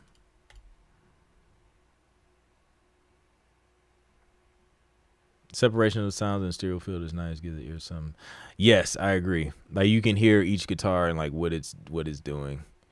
Love that. It is a mindset shift. You basically turn your Logic arrangement view sideways 90 degrees to achieve session view. Oh my goodness. Yeah. For some things, the session view in Ableton was kind of dope. Like, how was I using that? There were some advantages. I was just like, okay, that's kind of dope. I could see that being useful. I forget exactly what the context was, but it made some things quicker. I think it was just creating, just like duplicating stuff, quickly duplicating the, second verse and then muting out some sounds. It definitely there was pros and cons. Like there was pros and cons for sure. Where it's just like, okay, this is useful in this situation. This is annoying in this situation. Coming from where the DAW that I'm coming from. You know what I mean? Like when you're just used to a specific DAW, there's just certain things you get used to and it's a part of your workflow. And then when that is taken away from you, you feel slow. It's crazy. All right. Let's keep it moving. We got Felipe, because we played Seth. We got Felipe. I was listening around to some dated music I composed and fell on this one, a dark tension instrumental I composed last year that feels like the final boss is trying to get you. He's going to get you. Don't you feel it? You know what we should do one of these weeks is we should find like the oldest track we can find of ours and share it. Just cause listen, sometimes you just gotta go back into the archive and listen to your growth. All right, let's check this out.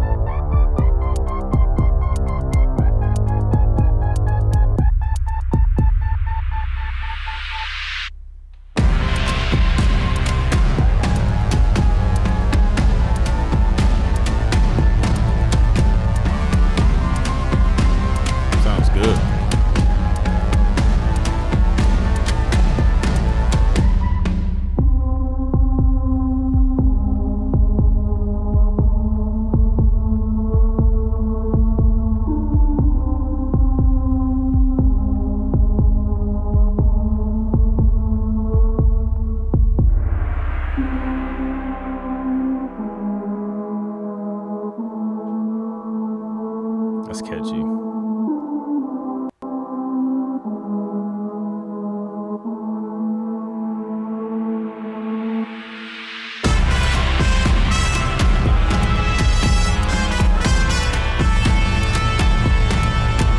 I love these drums in here.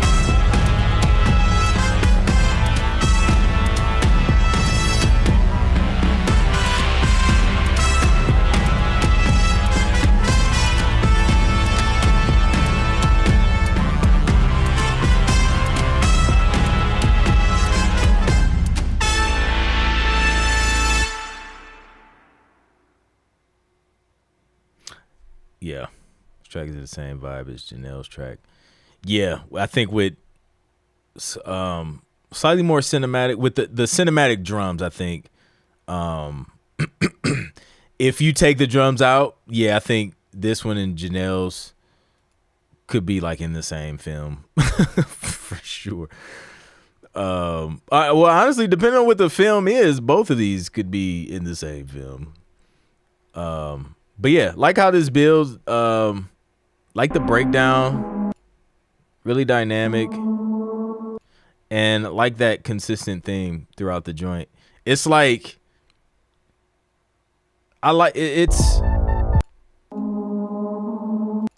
it has like this vocalese feel to it, like some type of filtered vocal. Like, you know how you hear in those scary movies where like they'll find something for like the person to whistle, like this weird spooky whistle melody, or like something like this. That's what that reminds me of.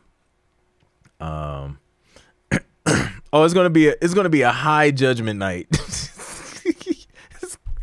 This is gonna be the most judgment ever, playing our oldest tracks. No, listen, no one would be able to judge anybody, bro, because it's, I don't know. I don't know about some of y'all's oldest tracks are probably still good. I don't know. It's hard to tell, man. It sounds like y'all been doing this for a while. We may have to go way, way back into the archives, like year one.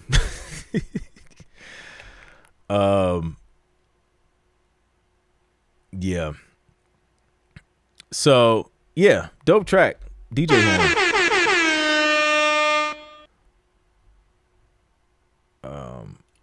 That ending sounds like there's a mass of people on screen. Yep. Yeah. Super dope. Miguel says, this happened to me on Logic. I love Logic and I'm willing to switch 100%, but there are some things in Ableton that I can't get rid of, like grouping and making group racks makes it way faster work. I agree. Like that, that alone is so amazing. Like that, it made me go back to Logic and I was just like, okay, what's similar to this? And like you can sort of do it, like you can save your you know, your track, what do you call it, whatever, the track, the thing, you can save it. I can't find the word, but you can save your channel strip. You can save your channel strip. But for whatever reason, it doesn't feel the same. It doesn't feel like Ableton makes it feel. Ableton just makes it feel so easy and smooth. Like it's just all right there. And then you can just load it up just so quickly. I don't know. It just feels different. It's the same concept, but it feels better in Ableton. For whatever reason. I really don't know why. Not track stacks. It's the channel strips, right? So like whatever, like when you have your compressor, your EQ, your you know, your VST, like in Ableton, I mean, literally like all the way down to whatever sound I used in Omnisphere is just all saved in Ableton. And it's just like, yeah, it's just mad convenient from a workflow perspective. All right, let's keep it moving. Yes, channel strip chain. Miguel, I am skipping. See, he didn't put the disclaimer, but I remembered because of the 2 weeks, the 2 weeks in a row disclaimer. Also, shout out to Miguel. Miguel helped me the other night. We figured out the darn school live stream situation. So next week on the session, we're doing the art of what are we doing? The Art of Transitions, a community exclusive session, but we're gonna run it from school. Now our platform, Sync Producer Hub, it has the we can just go live and you can just link it straight to the thing. But I was having trouble sharing audio from my DAW, but we figured it out. It was a browser issue. So we'll test that out next Wednesday. We're gonna break some transitions down. So we're gonna come back to Miguel. Jason dropping the fire. He says it's about to go down in his Kevin Hart voice. All right, Lawrence Jackson says, I've been working on a playlist of happy vibes based around whistling and ukulele. Simple melodies are easy for me, and these songs are pretty light on production. Searching some libraries, I see that, they are pretty light on this type of content. So hopefully there is an opportunity there. All right, let's check it out. It's Mr. High C.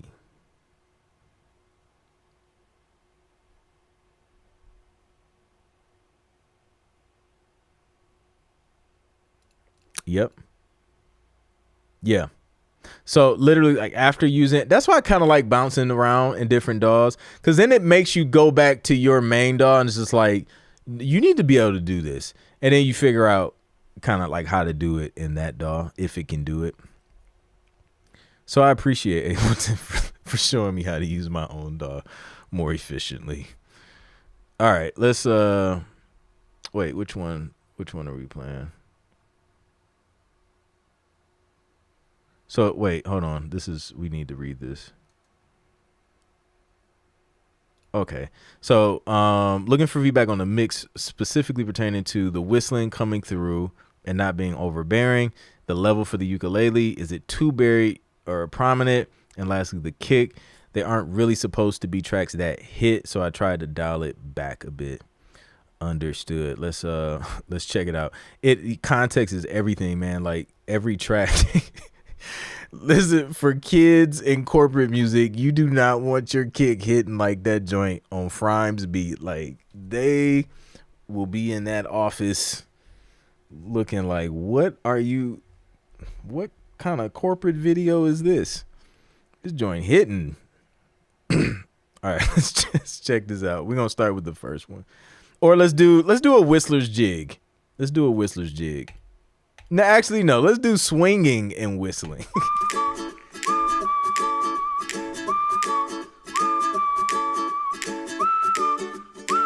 Shout out to anybody who can whistle on their track.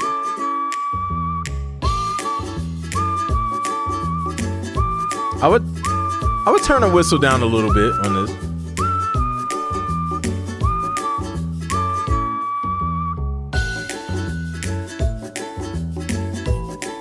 Love the vibe of this, though.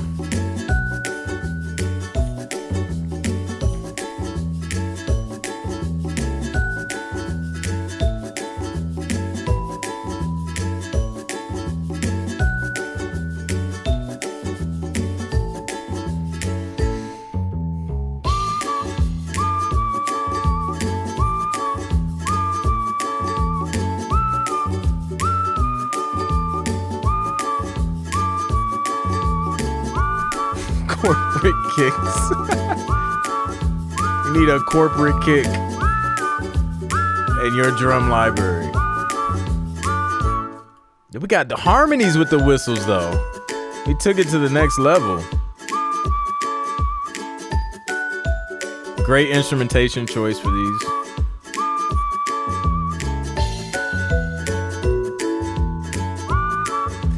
That bass. So remember at the beginning of the show, we were interpreting that brief from Frimes, and we were talking about upright bass being great for like comedic, lighthearted stuff.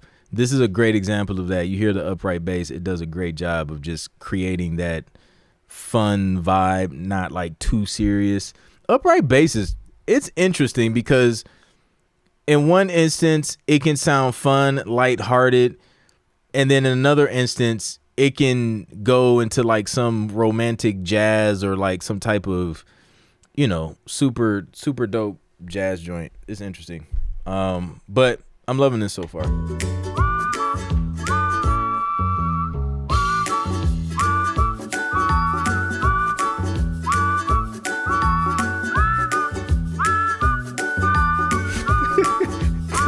This is funny to me.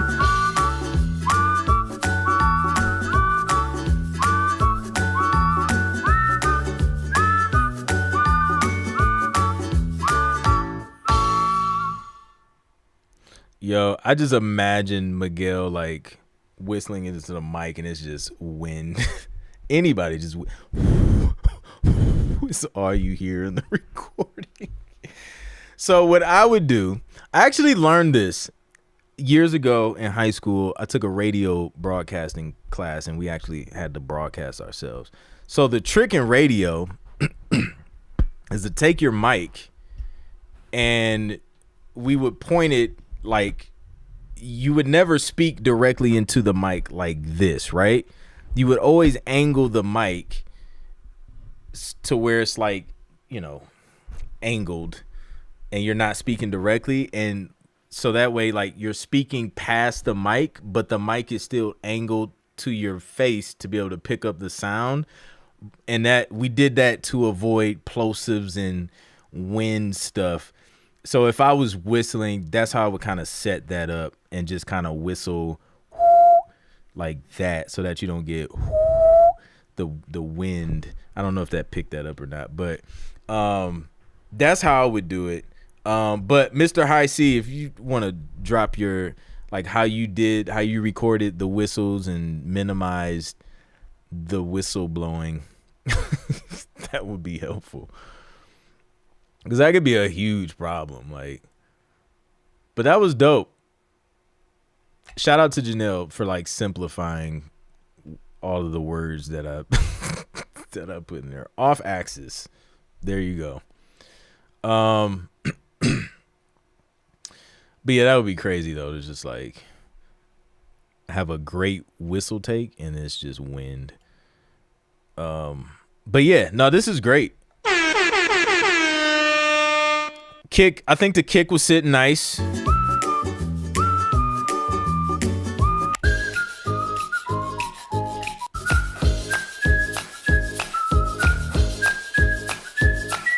Yeah, I would bring the whistle down on that one. I'm just kind of flying through these.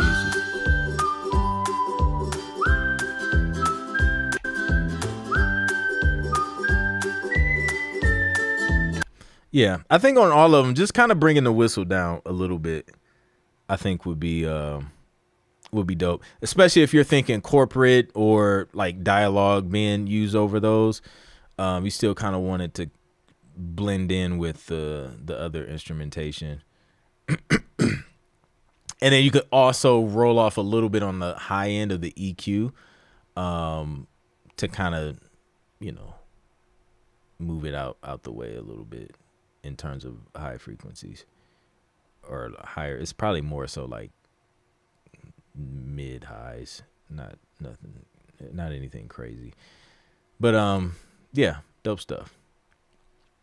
Made sure the wind direction was not hitting the right. Boom. There you go. Yeah. Great whistling for sure. Educational music. Be a whistleblower and let us know how it's done. Literally. Okay, dope. Boom. All right. Let's keep it moving. Dope stuff. That's gonna be a dope album.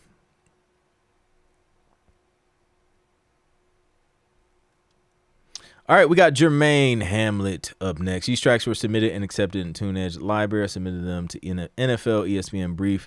They had, not sure which one to put here. Can you guys decide for me which should go up tonight? So let's see what the people are saying in the comments. Chris voted number 2. Janelle voted number 2.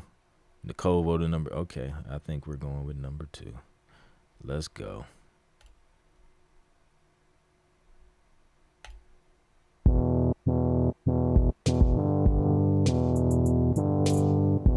It's showtime. I agree.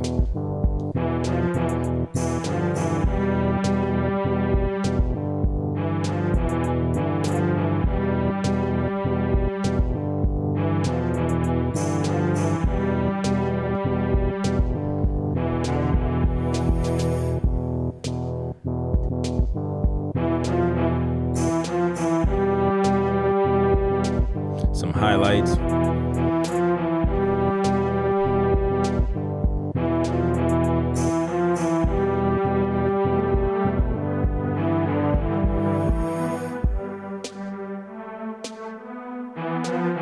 I would turn drums up on these. I know you probably already went through the process of uploading everything. But for future reference, I'll bring the strings down a little bit. Drums can come up a little bit more.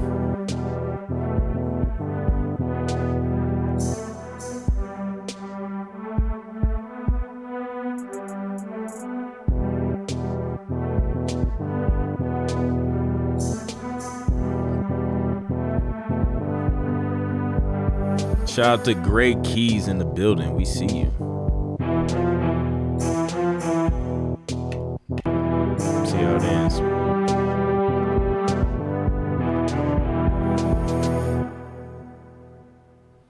Boom, we had the riser in the end.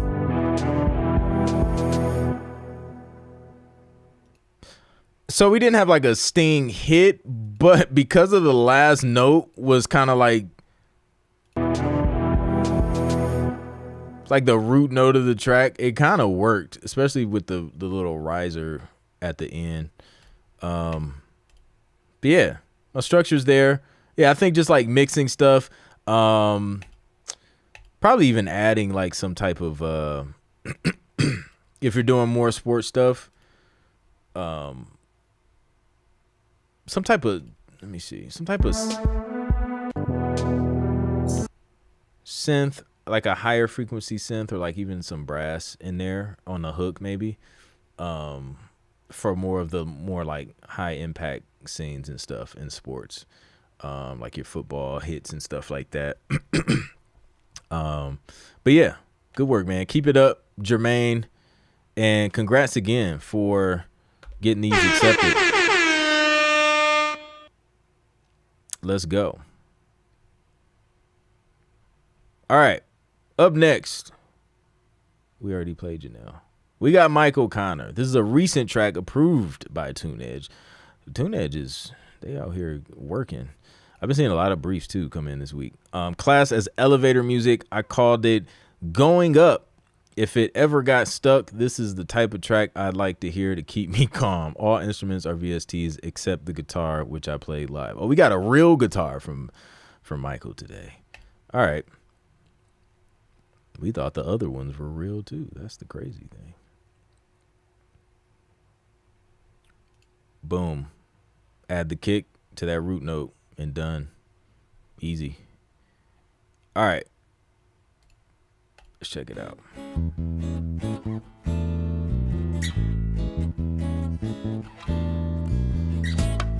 Just imagine being stuck in the elevator as you listen to this.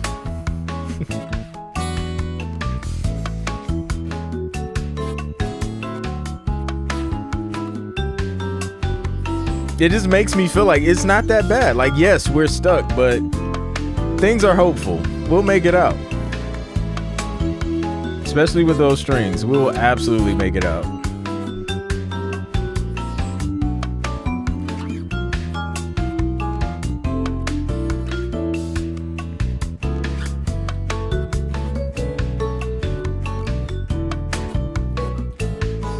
This is great hold music too. Like, I would rather hear this.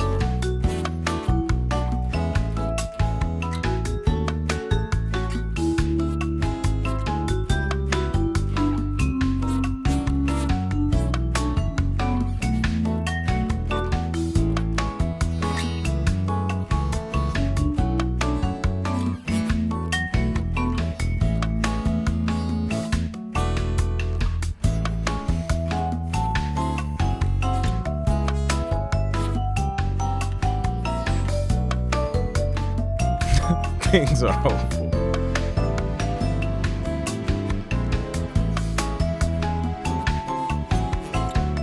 Love the vibes.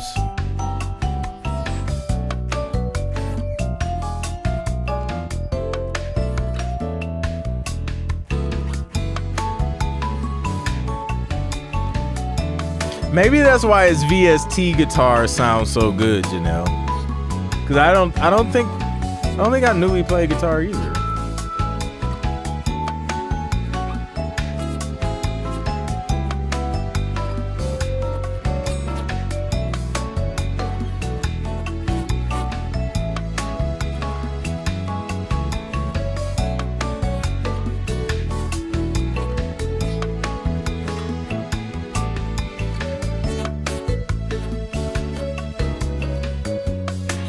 It could be, yeah. It could absolutely be like that comedic relief.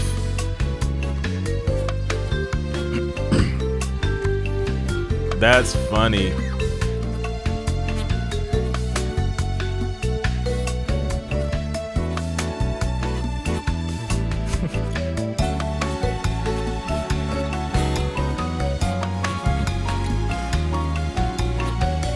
Let's go, lady producers in the building.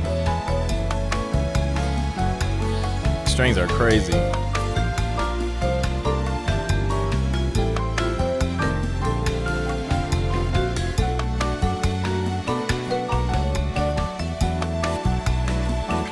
A 100%, like immediate less irritation.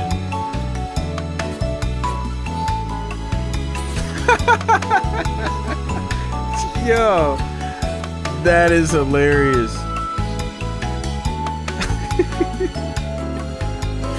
Yo.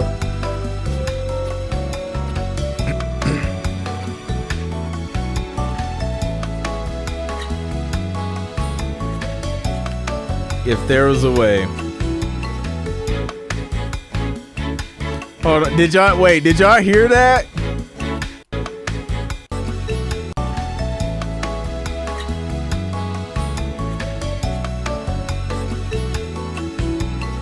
Did you hear it? Let me know what song that little melody came from.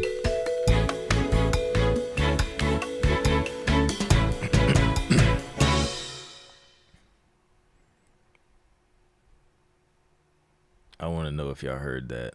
It stood out to me. That was dope.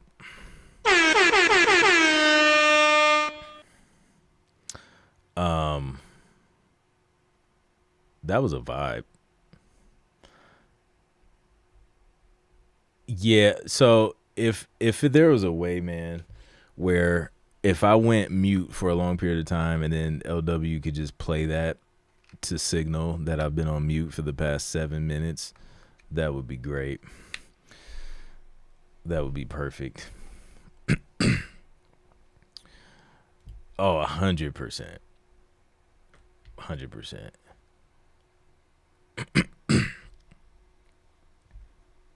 Nobody picked up on the melody? I don't know if it was intentional or not.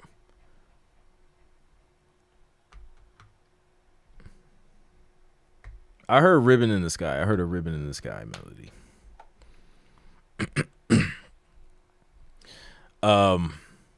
Let's go. Michael Connor with another one on real guitar this time. That felt good. All right, up next, we got Truman. A change of pace for me this week. I decided to slow it down. I have a couple things in mind to possibly make it better, but I'm all ears for what the hub has to say. ChatGPT describes it as uplifting, warm, and optimistic with a sense of togetherness and comfort. Don't mute the mute music. Well, see, that's why someone else, like, it's not, obviously, like, YouTube won't allow us to do it, but, like, it would have to be under someone else's control because it would absolutely be muted on my end. So, yeah. All right, let's check out this Truman joint. Hand in Hand.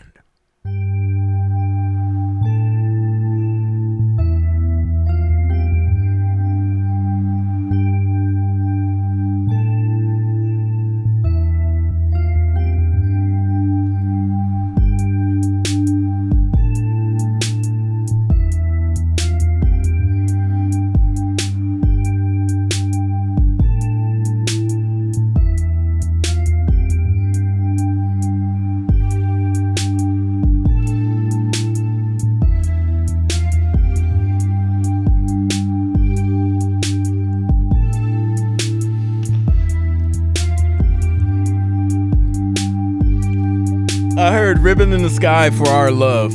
The end melody of the hook on that.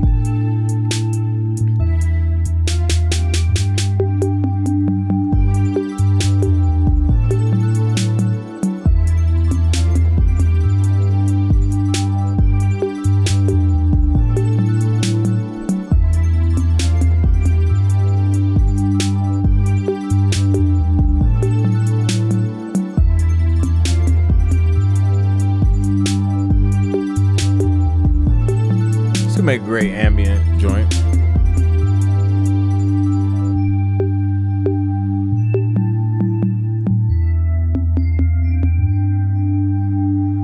Yeah.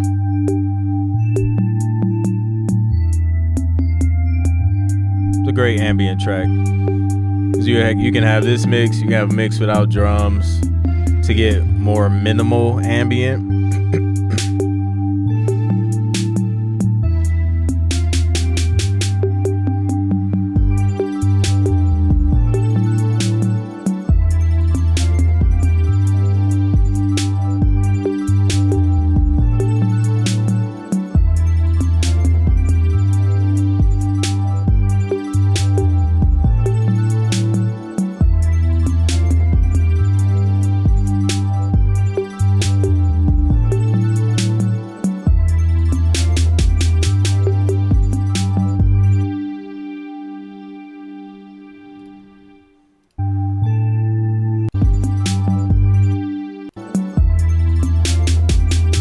I don't know what note I would end it on for the stinging.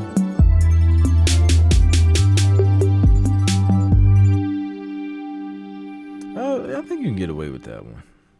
I think that may work.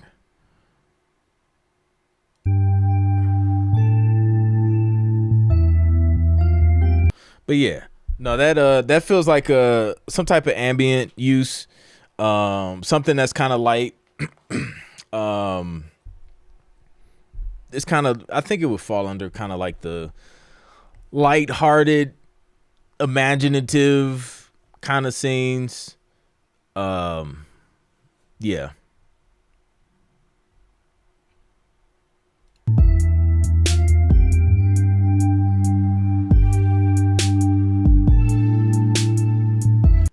I would double check the frequencies on I think it's a synth pad.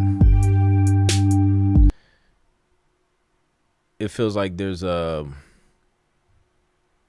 may be a couple sounds in that low mid space. That's kind of heavy. I may carve some of that out in the EQ, but yeah.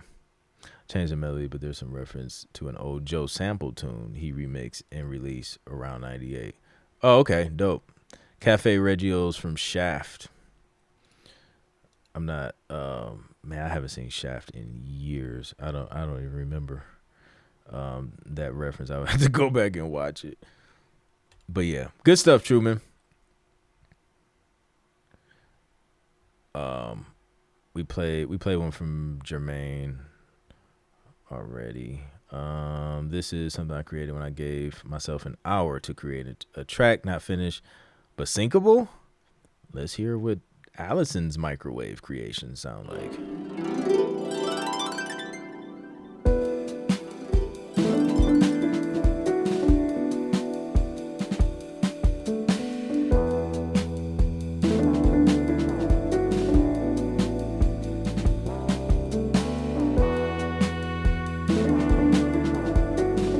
Y'all feeling jazzy today.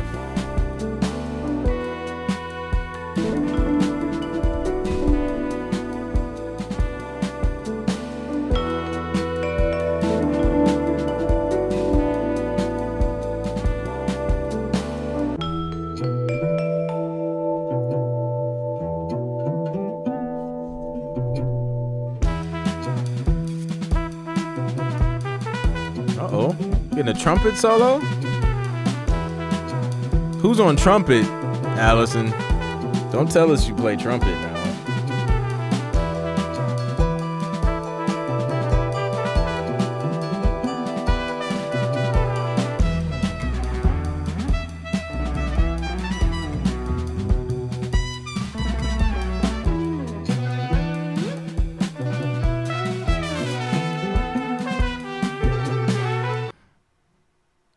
Oh my, wait, no. Allison. She was not playing when she said it's not finished. Like, that is what the end, that's like the middle of a song. I thought like not finished was just like not mixed or something. It literally was just not done. Just ended. Well, I like it. I think it's syncable.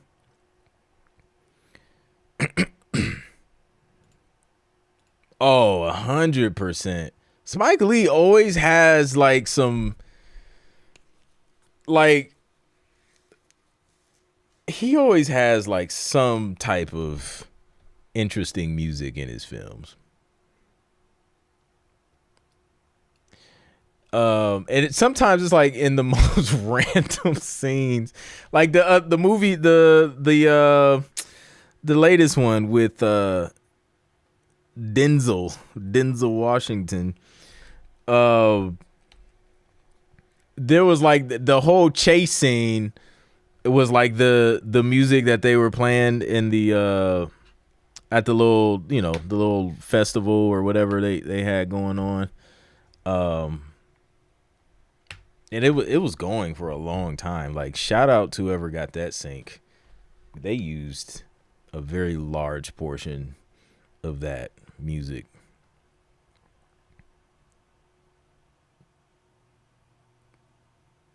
Yeah. Car commercial, easy. Yep. All right, yeah. Yeah, I'm curious the trumpet. I'm curious about the trumpet. Great work, Allison. The trumpet feels very real, but the second take feels like it was done at a separate time. It was it was Suno's trumpet, like that video we watched the other week.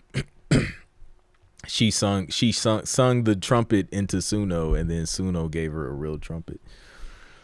But no, that sounds great. The trumpet sounded amazing. I'll finish it and bring it back finished. Yeah, that was nice. I'll rock with it. All right, Rich, got nothing to submit this week. Darn it, Rich. Wait, no, I thought I seen you post something about a 30-second something. He did. Here it is. Okay, feeling left out. Peer pressure works 95% of the time. We got him to submit something, guys. Great job, DJ Horn. Submitting a very short 30-second track called Neptune Coastline, Very Other Planet Beachfront Vibes. Nice.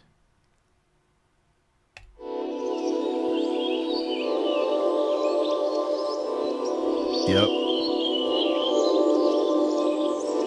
Sci-fi movie.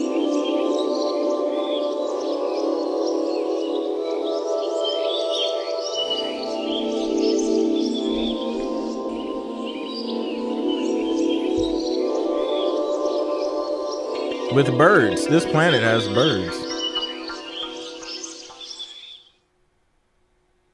Yeah, that felt like sci-fi all day. Like, I would finish that.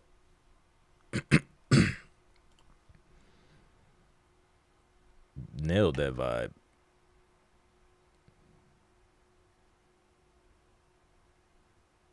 All right.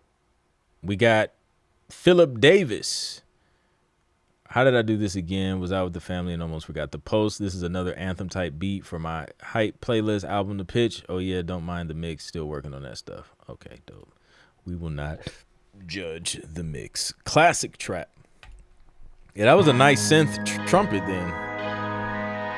Played well.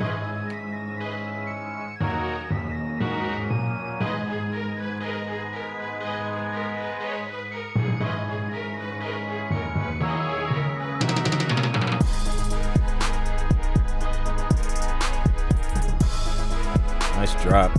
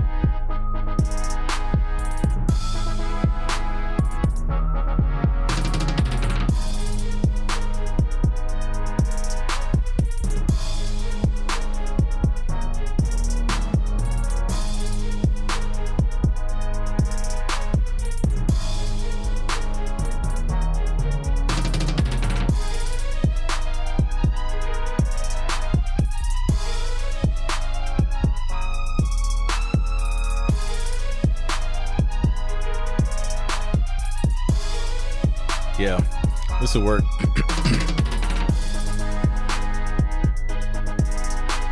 Let's go.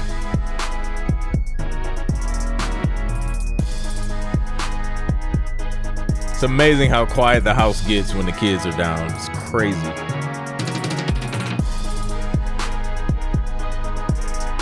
Love the brass on this.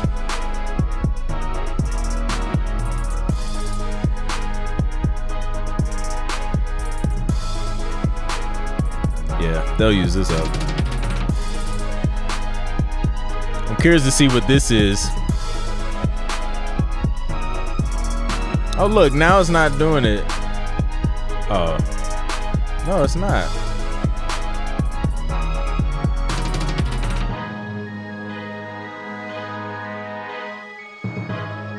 Nice little breakdown.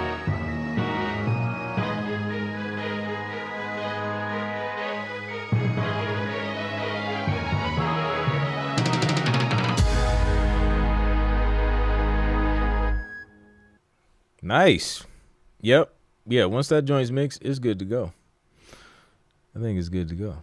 Nice structure. I think they'll use it a lot in sports. Like Larry said, good sports track. Yep. Strings were dope. Brass and strings, the star of the show. Good work. Let's get it. We got Bronx Child. Which one should we play, Bronx? 1 or 2? Which one should we play, guys? Drop your vote. Drop a 1 if we want to play the first one. Drop a 2 if we want to play the second one.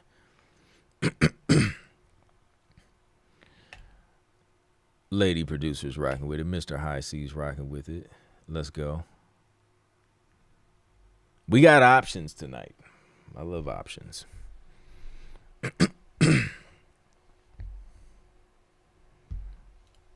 Seth is rocking with it. Mr. High C, his vote is 2.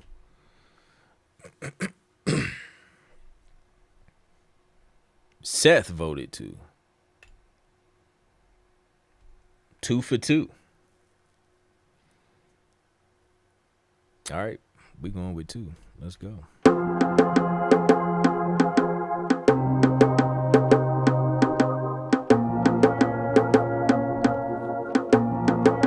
Unanimous 2.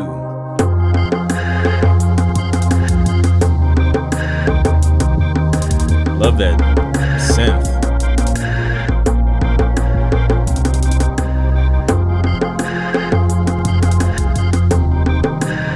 And we appreciate that, Rich.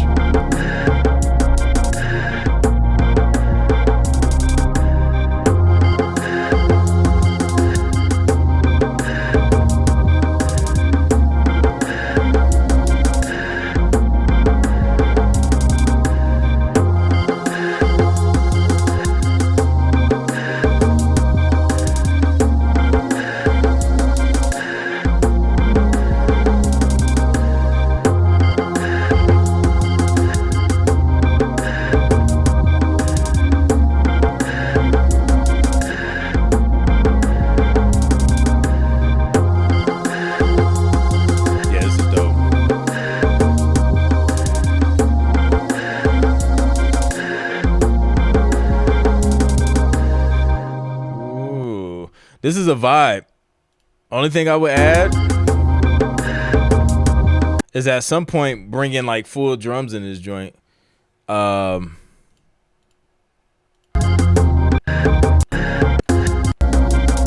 a hook, and then the structure, like structuring things out. But yeah, like I think some dope drums coming in. You already established the rhythm early, which is super dope. We got into the groove immediately. Dope sound selection. Structured out with some drums in the hook, break it back down with another verse, build back up with the hook, and then sting ending. And that joint is a nice little mid-tempo vibe. Feels nice. I like the movement of that synth art pad thing that's in there. Yeah, I like that. Good stuff, Bronx. Let's go. Mr. High C, dope, just need structure. That's it. Structure in that thing is good to go. Love to hear just the vibey drums. That would be dope. So like taking some of the sounds out and just letting the drums rock out. Yeah. All right. Well, our MVP is MVP time. But before we play Miguel's champion mode, this is about to be crazy. I can already tell. Before we do that, we got to put this poll together. We heard some great music tonight. We got to put 4 people in this poll so y'all can vote. So who y'all thinking, man? I am almost two streams in, no mute. I'm feeling accomplished. I am feeling accomplished.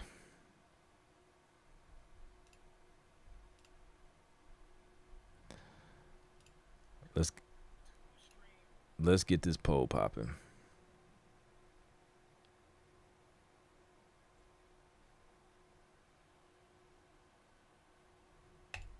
Rich got the disclaimer this week.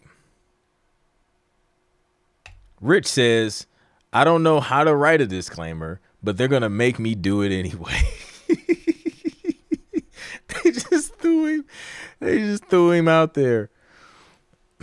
I love it. Shout out to Rich's disclaimer. All right. The votes are coming in. Let's see. We see some Cleo, Felipe, Janelle, Allison. Seeing Cleo, Nikki, Frime, Michael, Jason. I see 2 for Jason. I see a couple for Cleo. It's another from Jason. A couple for Frime, a couple for Michael. All right. Ooh, man. All right, let's start throwing them in here.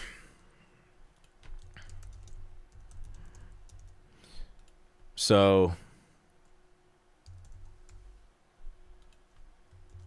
let's see.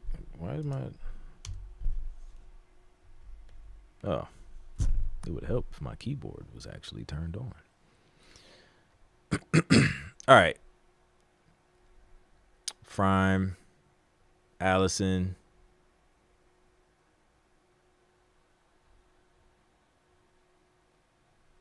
Seeing a few for. All right. So let's go Cleo. Jason. Allison.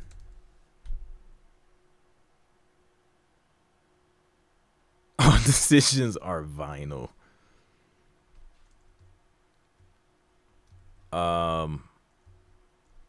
Frime, because I'm pretty sure he made everybody's speaker shake tonight.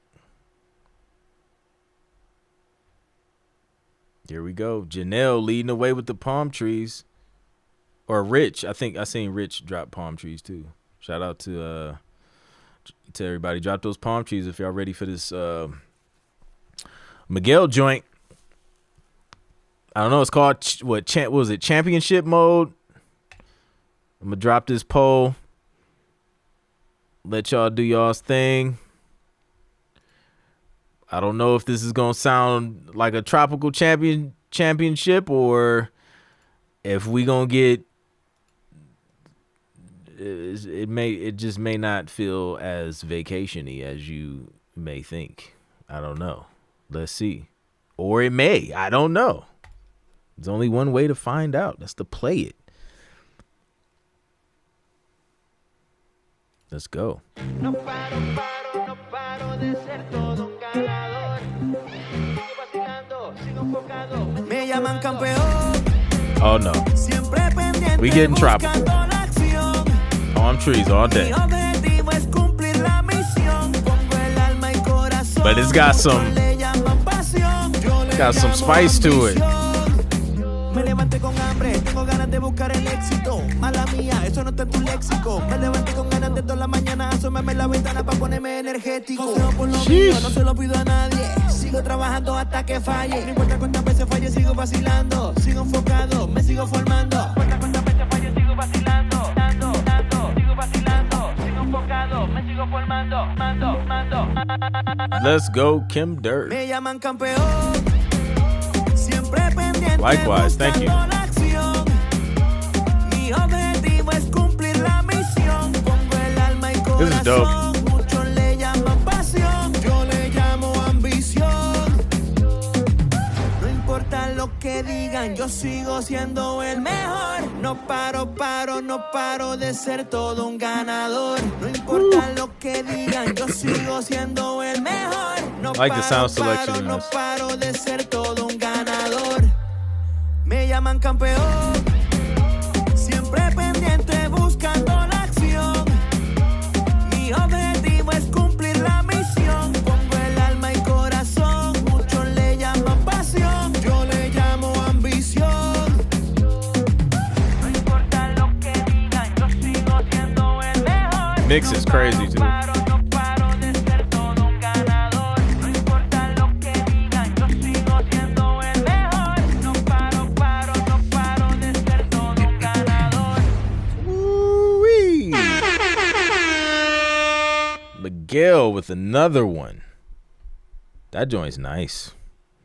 That's like, we can take a vacation, but we got work to do first. Let's go get this W, and then we can go sit on the beach.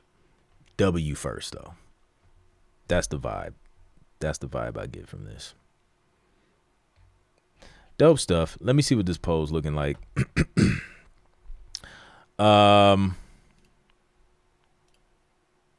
Yeah, we got what y'all love tying people together. That's what this community is all about. All right, we got Cleo and Frime tied at 38%. Who will break the tie? Super vibe.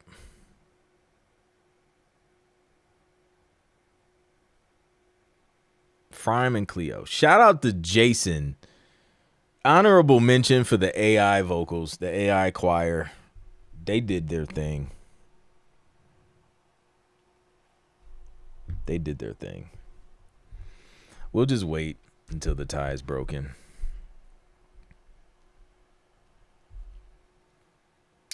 Yep.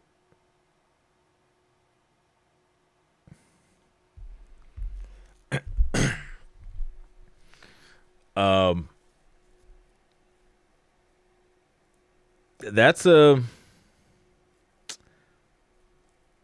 then Allison at 19%.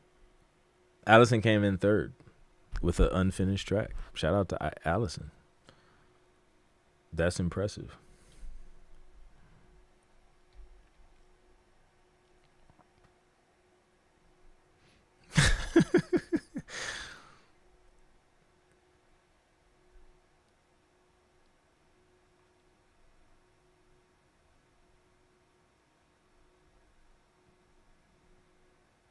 Yup. Encore for Michael Connor's music. They're still more votes came in. They're still tied. It's LW. I'm convinced.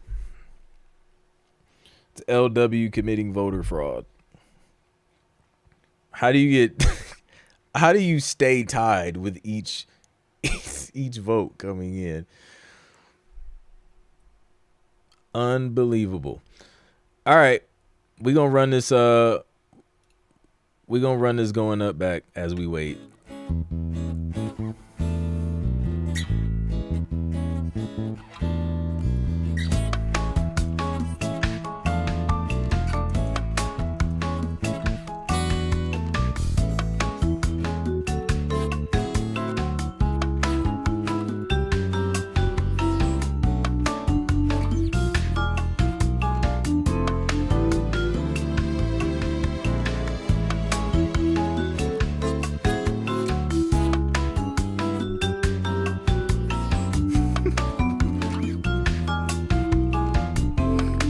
It's a random Google image. I just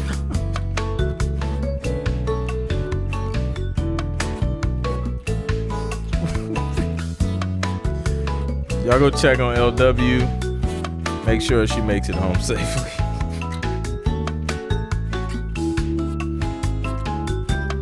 You know what? No, I had tea tonight. My throat was feeling kind of scratchy.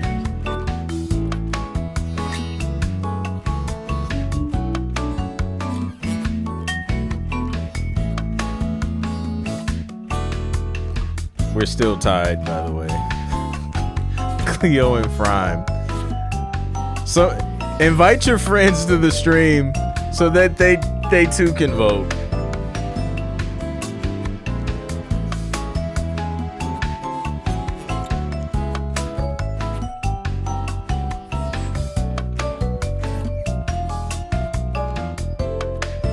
I told you. It's in there, man.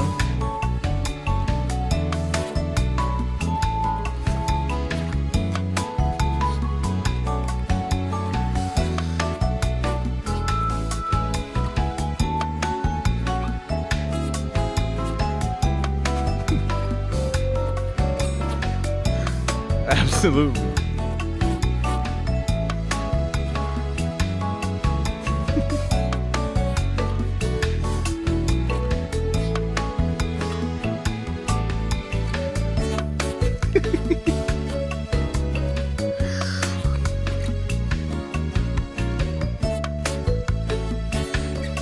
I said the beard looks good.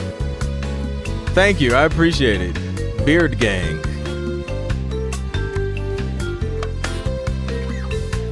We're still tied. We've gotten more votes, yet we are still tied. Continue to hold, please.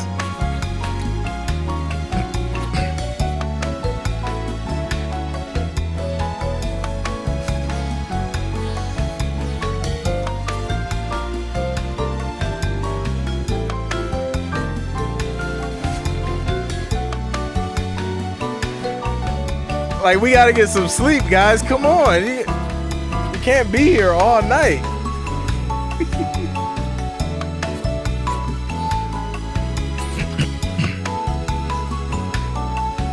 By the time this track ends, we will have to declare a winner. Until then, please hold.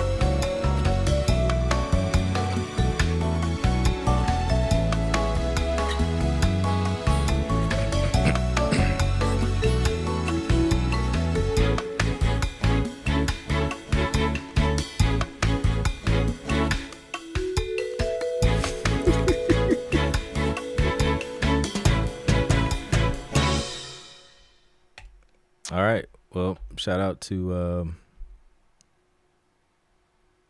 where's the we got more votes and it's still tied. That's crazy. All right. No, wait. Wow, like as soon as I clicked in poll, the tie has been broken. Cleo won by 1%.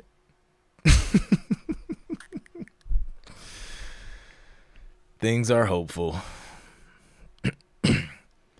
Prime came in at second. We got Allison third, Jason fourth.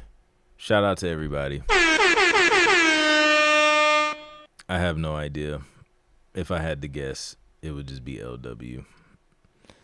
LW in the shots.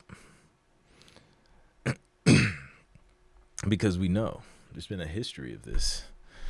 All right. Well, that's it, man. Shout out to everybody who shared their music tonight. Shout out to all the Sync Producer Hub members. If you're not a member of the Sync Producer Hub and you want to learn how to get your music placed in TV and film and be surrounded around a community is going to help you get there, then click the link in the description. The comment is also pinned in the chat.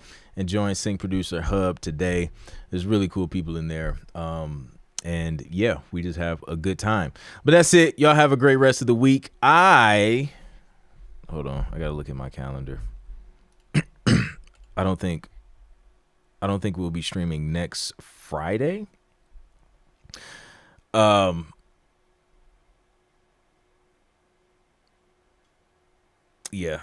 I gotta update that.